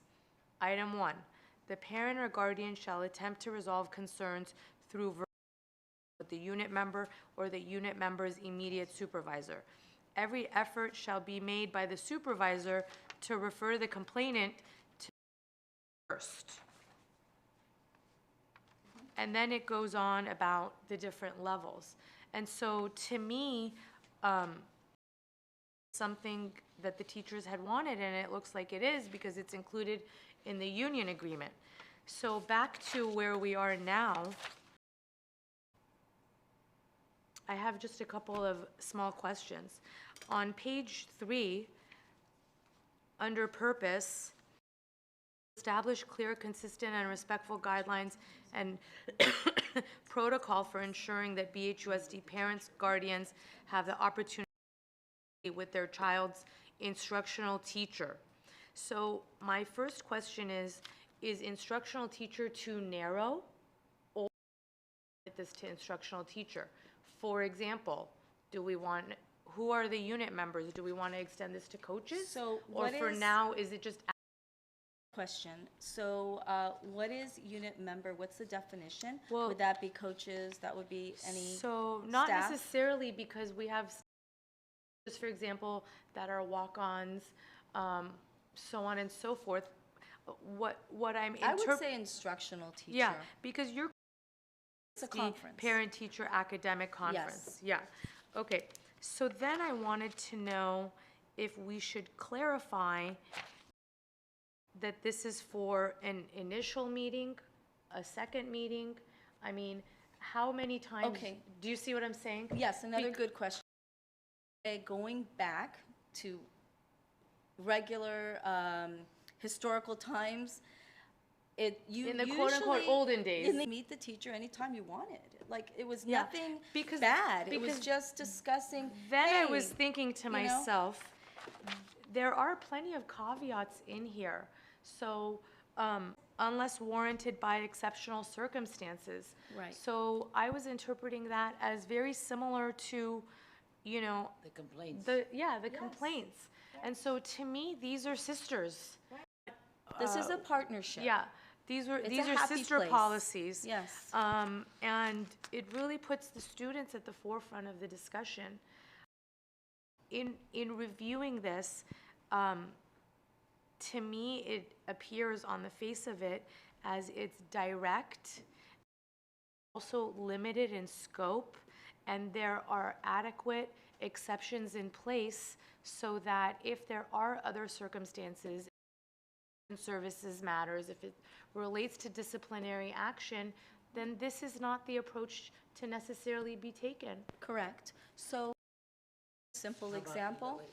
Do you not So- want to discuss it? I do, Well- but I just want some other people to get a chance. Well, I'm okay, so that's all I had to say about it. Mrs. Marcus? Make sure that Dr. Stern has something to say, and then I can. So first of all, I remember when that hierarchy of who to reach came out, and I thought it was helpful, and it makes a lot of sense. But if we're talking about a totally different subject, which is just routine academic discussions with the teacher, experience that teachers generally don't go out of their way to get the administrator to go there. So I don't think it's like, I mean, I don't think we're awash in teachers who are grabbing. So I don't know if it's that big of an issue. However, I feel like in general, even if, you know, both parties are going there to speak about what seem to be benign academic, you know, run-of-the-mill conversations, it could and very often does emerge and more dramatic or contentious issue. Well, it's just that the thing is that because it can get to that, I will first say, wait, I don't think that by default an administrator should be required. And to my understanding, they should not be required, right? But what makes me a little nervous is that when it says, no administrative personnel shall be present unless warranted by circumstances. I mean, wait a minute, I'm going to say that, well, I know, but I'm going to say that, you know, in the interest of attracting, if I saw that, I mean, it just sounds a little bit, it sounds a little severe to me. Like it's preventing them. When usually, I mean, parents, I'm a parent, I've gotten crazy about my kid. When we go and meet with the teacher, often things, something that's a little more, you know, serious or a little more upsetting, it's very hard to just, you know, you're there for a reason, and that is to learn about raising a child, which is one of the hardest tasks. I don't know, and I don't know if this is speaking to what you're saying, but I don't know if someone who works in a school and does the best I can, I don't know if I agree with this. No administrative personnel shall be present unless warranted. I just would get rid of that. Can I answer? Are Well, you Dr. finished? Chernas, did you want to speak? I haven't had a chance to hone in, please. Okay, well, first of all, I read Article 8, and this really takes it well beyond what is just a general meeting with the teacher and so this I find not, you get to this level, it's out of the, it's in other hands also. Right. I read through this. I think what concerned me was I felt the tone of this was very, very fighting. I just, for whatever, if you can, I like it totally, I'm not opposed to that, but I feel that the tone of this is very unwelcoming. And Dr. For me, what I was going to say about the very same sentence, no administrative personnel shall be present unless warranted by exceptional circumstances. I, as a teacher, would like, when I'm meeting a parent for the first time, if I want an administrator there, I should be allowed to do that. I'm not being, I feel that this is very restrictive. I don't think it creates a feeling of warmth of coming together. Feeling about this is that this has to be somewhat toned down because I don't think it's very friendly. I find it almost no administrative offensive. Do And you so for think we that should- reason, I don't Well- want to, I'd like to see it toned down. Is that the only clause, for example, that? Well, to there's, me, it's- to the me, teachers generally, shall, it's- they'll meet in a certain spot. I mean, you know. Well, let's work through it because. Well, it's getting feel that this is something that we could, I'm going to turn it back to Dr. Chernus, but I really feel that this is, I'm not opposed to it at all. It has to be much more nurturing In than your it is. 60 Well, years how of about being a if it- teacher, have how you about ever if had it an mirrors the administration? other policy? In 60 years of being a teacher? I didn't. Thank you. But Thank I you. didn't, if I wanted one, I could have it. But But the- Mrs. Marcus, we have what bigger about issues here. what, do you believe that the union agreement is an approach that you don't like? The tone? Is No, the tone there this is if there's complaints, so this is where you're Well, going, I mean, you're so beyond. why don't we mirror that? For example, it can mirror it and it can say, every effort shall be made by the instructional teacher to meet with the parent directly unless warranted by expenses. We can work on it. We can work on it and bring it back, but I would like to speak to this for a moment. Okay, go right ahead, now your turn. And I'll be quick. It's sort of counterintuitive that the parent complaint language is essentially saying if a parent has a complaint, they should go to the teacher. You don't want parents to be calling the principal if they complain. The teachers are saying, go to the teacher. But if a parent wants to meet, you can't go to the teacher, or you can, but administrators can be there. So to me, I fully support the spirit of this policy in that the intent should be parents can meet with teachers. And look, if a teacher feels uncomfortable, administrator to be present. I don't have a problem with that, but I do think the spirit should be, just like the parent complaint spirit is, go to the for meetings, it should be go to the teacher first, meet with the teacher. Yeah. And so I'm okay with that. We can work on it and bring it back. So just like to add That one should more be the thing. intent. I Yeah, can thank amend you, my, Dr. we can Chernus. amend the motion I now. would like to just add one more thing that's so important. We need our parents and teachers relationship. We need to trust our parent and teacher relationship. We need to trust our teacher and student relationship. Our parents are trusting 20 to 30, I don't know what the maximum is, in the classroom with one teacher. Admins to go in the classroom and observe and make sense, make sure that there's nothing contentious or nothing harmful happening to our students, trusting the teacher to do their job. And they're with them every day, more hours than the parent or guardian is with them. Nobody is teachers away from my child because otherwise they're not going to go to school. You might as well stay home and do homeschooling, right? We're trusting the teachers. We need to trust and vice versa. This is not saying when you say no admin, and the reason it says no admin only unless there's something contentious, saying that this is a first meeting. And if the first meeting goes well, you can have a second meeting and a third meeting, and the teacher has a relationship. Maybe that person is not, easy to speak to, but once they speak to them, they'll see that person is very easy to speak to. But then when you have it the other, we need to let our teachers work, and we need to trust them. We need to allow our principals to work, and we need to trust them.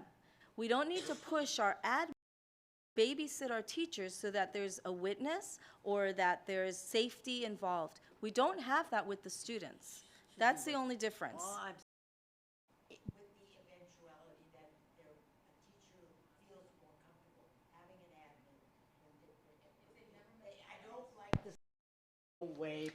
So we can vote But can I ask you one question, Mrs. Marcus? We can change that. It It's, doesn't say no it's way kind of already Well, it stated. shall not. Say that. To me, it's. It says it on the prior page, and I actually think that introduces the exception.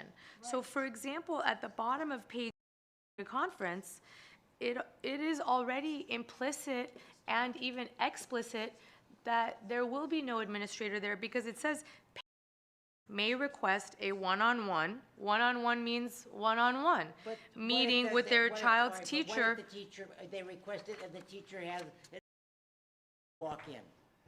Well, the What question. if that happens? What was the scenario? Well, even, by the way, in second bullet point, no administrative personnel shall be present unless warranted by exceptional circumstances.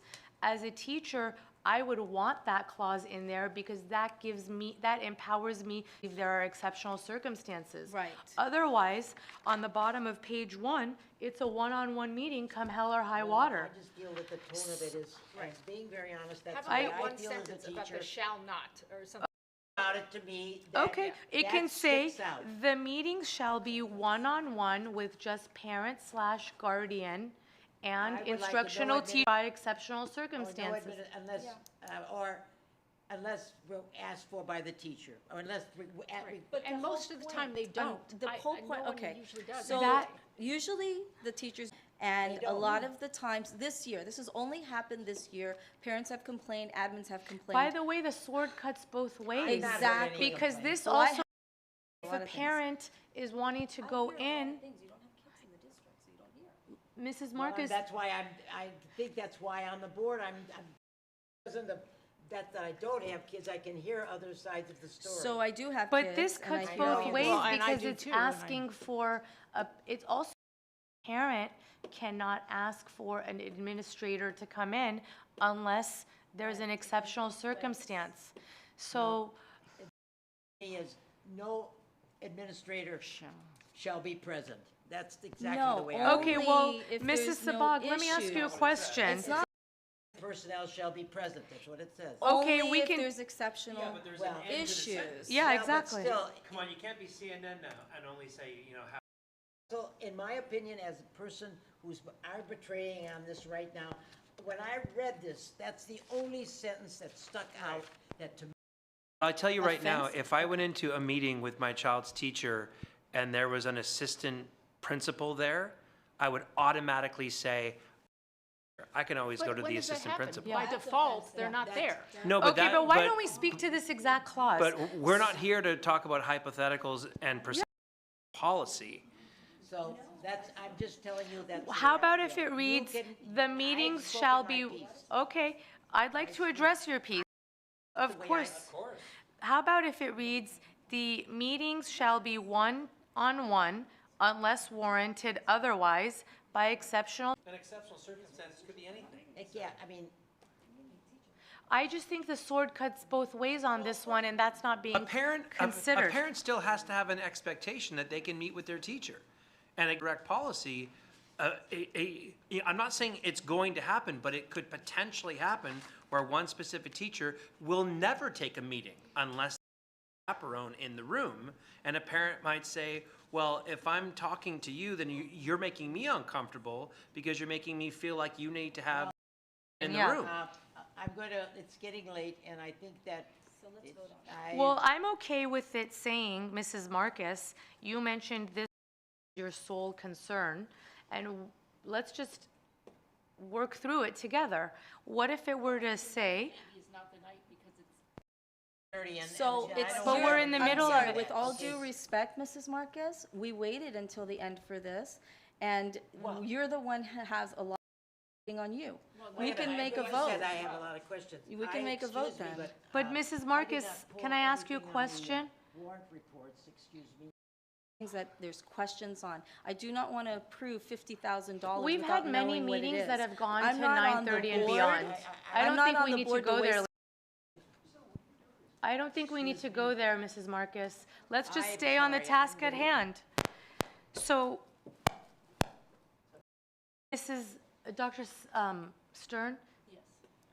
Let me ask you a question, please. Lawyer style. I just want to all get on the same, value everybody's opinion, and I value the opinion of our staff sitting in the audience.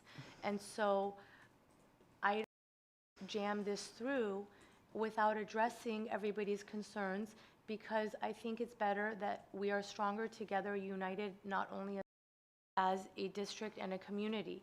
when my colleague, who is a former teacher, says to me, this one line is me, I don't mind addressing that one line. So now this is my question to all of you. How can we address so that it comes off less harsh? How about taking out the word no? Okay, administrative personnel Shall be- Oh, no, present. no. Administrative personnel shall not be present unless warranted by.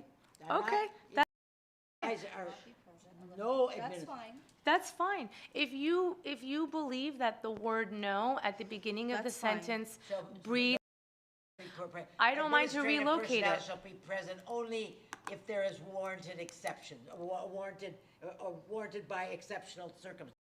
The word no altogether. Okay, administrative That's personnel fine. I'm okay shall with be that. present only in the event there are Administrative exceptional. personnel shall be when warranted by exceptional circumstances. Great.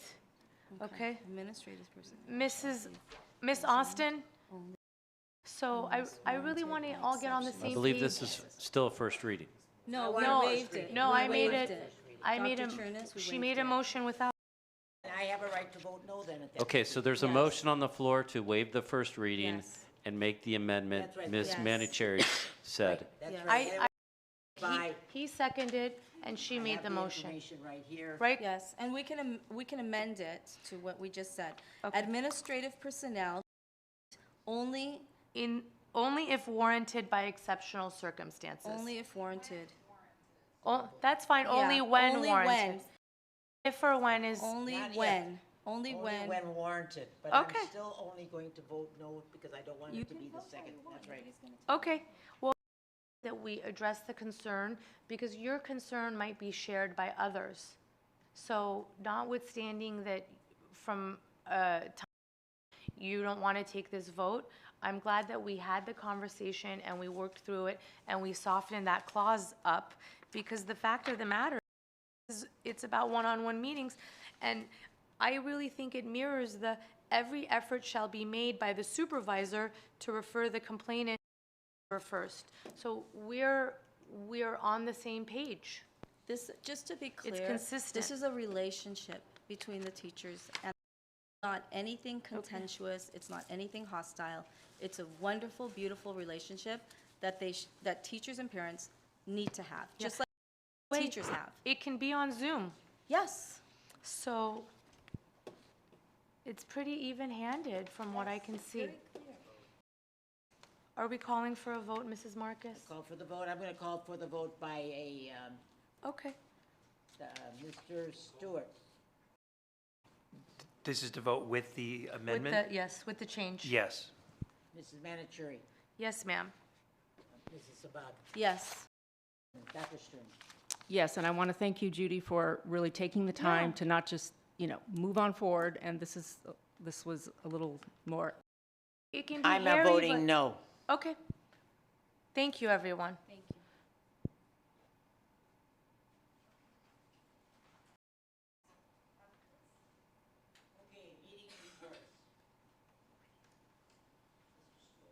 It is very late, so I'll keep mine very short. Just want to give a shout out to BHEF for attending and doing fun hosting at the Case event at Roxbury Park. Thank you, Colby, for coming, taking pictures. Dr. Chernus and Ms. Marcus, it was good to see you there. Good to see your kids. Hopefully, we can do more collaboration events with the city, especially when it comes to fire and other types of first aid and safety things that they were doing there. I don't want to get into too much about myself, about what I did, because honestly, I didn't really do much. The PTAs every day, trying to get them on board with our branding initiatives. But again, I just want to thank all the PTA members who I did speak to. Incredibly detailed conversations. And I'm just very, very excited about this coming school year. I think most of us are on, and I think the excitement is there, and it's going to be a great collaboration and partnership. I know this is a little off topic, but I just want to make a comment. last night, my wife went out with some of her friends for dinner, and my daughter turned to me and said, "Daddy, what do you want to do tonight?" And something, and normally we do like drawing and stuff like that. And she said, "Why don't we make a game on the iPhone?" And I was, "Let's build a game with AI." And I went, "Yeah, let's build a game with AI." And my daughter, you know, like most kids of, you know, her age, are getting into math and trying to, you know, learn how to solve math problems faster. You know. And so we came up with a game called Numberoids, which is a kind of 70s, 80s asteroids, but with math problems. And just to tell you the power of AI, I've never coded in my life. It's way above my pay grade. Using AI and with my daughter's prompts, we were able to build the operational iPhone game called Numberoids, where a spaceship can fly through space answering math problems. We did this in about 2 hours. Well, we built an entire iPhone in about 2 hours. Can I get in on the pre-IPO? Yeah. It really just hit home.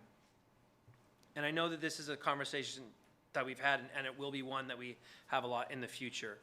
But technology is so mind-bendingly important to our kids' futures.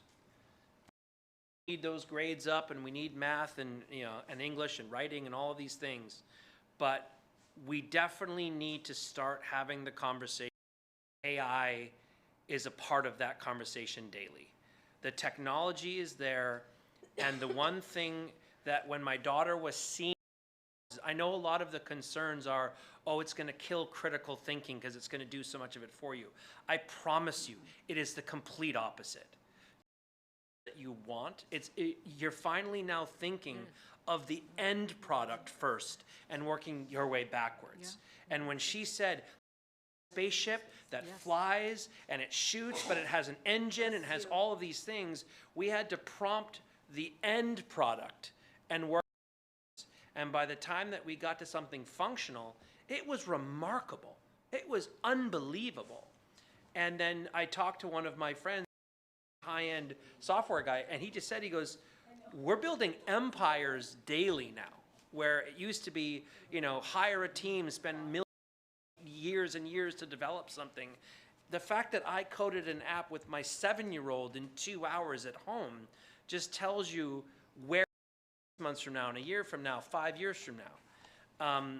I'm very excited about the trip that we're going to be taking in a few weeks to go and things that we might be implementing on the robotics and AI side of things. But I really urge us as a board, administrators, the union, the parents, and everyone, that this is something that we need to not only, you know, go into, but we need to jump in head first, because this is going to control the world. And if we're going to be talking about giving futures, there is nothing stopping this. And if a 7-year-old and a wannabe coder like myself can build, just imagine what the people that know what they're doing can actually do. So I just want to say I'm proud of my daughter, and hopefully we can actually make it and put it out on the App Store. But in the end, I just want all of us here to really, if anyone has a fear of AI, it's coming. And I really want us to make sure that we're not only a part of it, but we're ahead of it, and we're giving our kids opportunities to succeed in an AI world. I wanted to first comment how lucky and honored I feel to be on this board at this moment in time. In the last 15 years, the mothers that I mentioned have gone through a lot. They had metro litigation, they had reconfiguration, They had COVID to deal with. Some of the board members on here now were part of the board during COVID. And I really at this moment where the world is this board's oyster, and we're lucky enough to be supported by Dr. Chernus and of course Dr. Seaman, and I am really invigorated by the initiative that you presented tonight, Dr. Chernus, and I in hand with the branding, the licensing, the enhanced college and career center, the dual language, all of these other exciting opportunities that are coming. I hope that our community is going to start connecting, that it's the excitement and the programs and the opportunities are not going to stop. And I myself to the concerns that we're hearing from the younger families, worrying about that science is not being prioritized because alone. This board is actually scheduled to go to the Garner Holt facilities earlier in the day, the same day as our next a really long June 24th. I am so enthused and so excited about that. And personally for me, the number one thing I want to do is what we can bring back and put into the classrooms to create a science lab in every single elementary school classroom. And I really am invigorated to demonstrate to our community how much more we're capable of. And so I thank all of my colleagues, your creativity, your ingenuity, and I would say the best is yet to come, so stay tuned. So, yes, thank you. Thank you, Mr. Stewart and Ms. Manicherry. I love what you. I like to get into a really happy place. So we're at the Senior Scholarship Celebration, which is amazing. We saw that a lot of our seniors received scholarships from generous community members. I feel like that needs to be how generous our community is. So much so, there was a family that had, things happen to them, and they still get up and they give to our community. They give a scholarship even though they went through horrific things. I am tremendously grateful to our community for that. And we went to, that was the highlight of everything for me within these 2 weeks.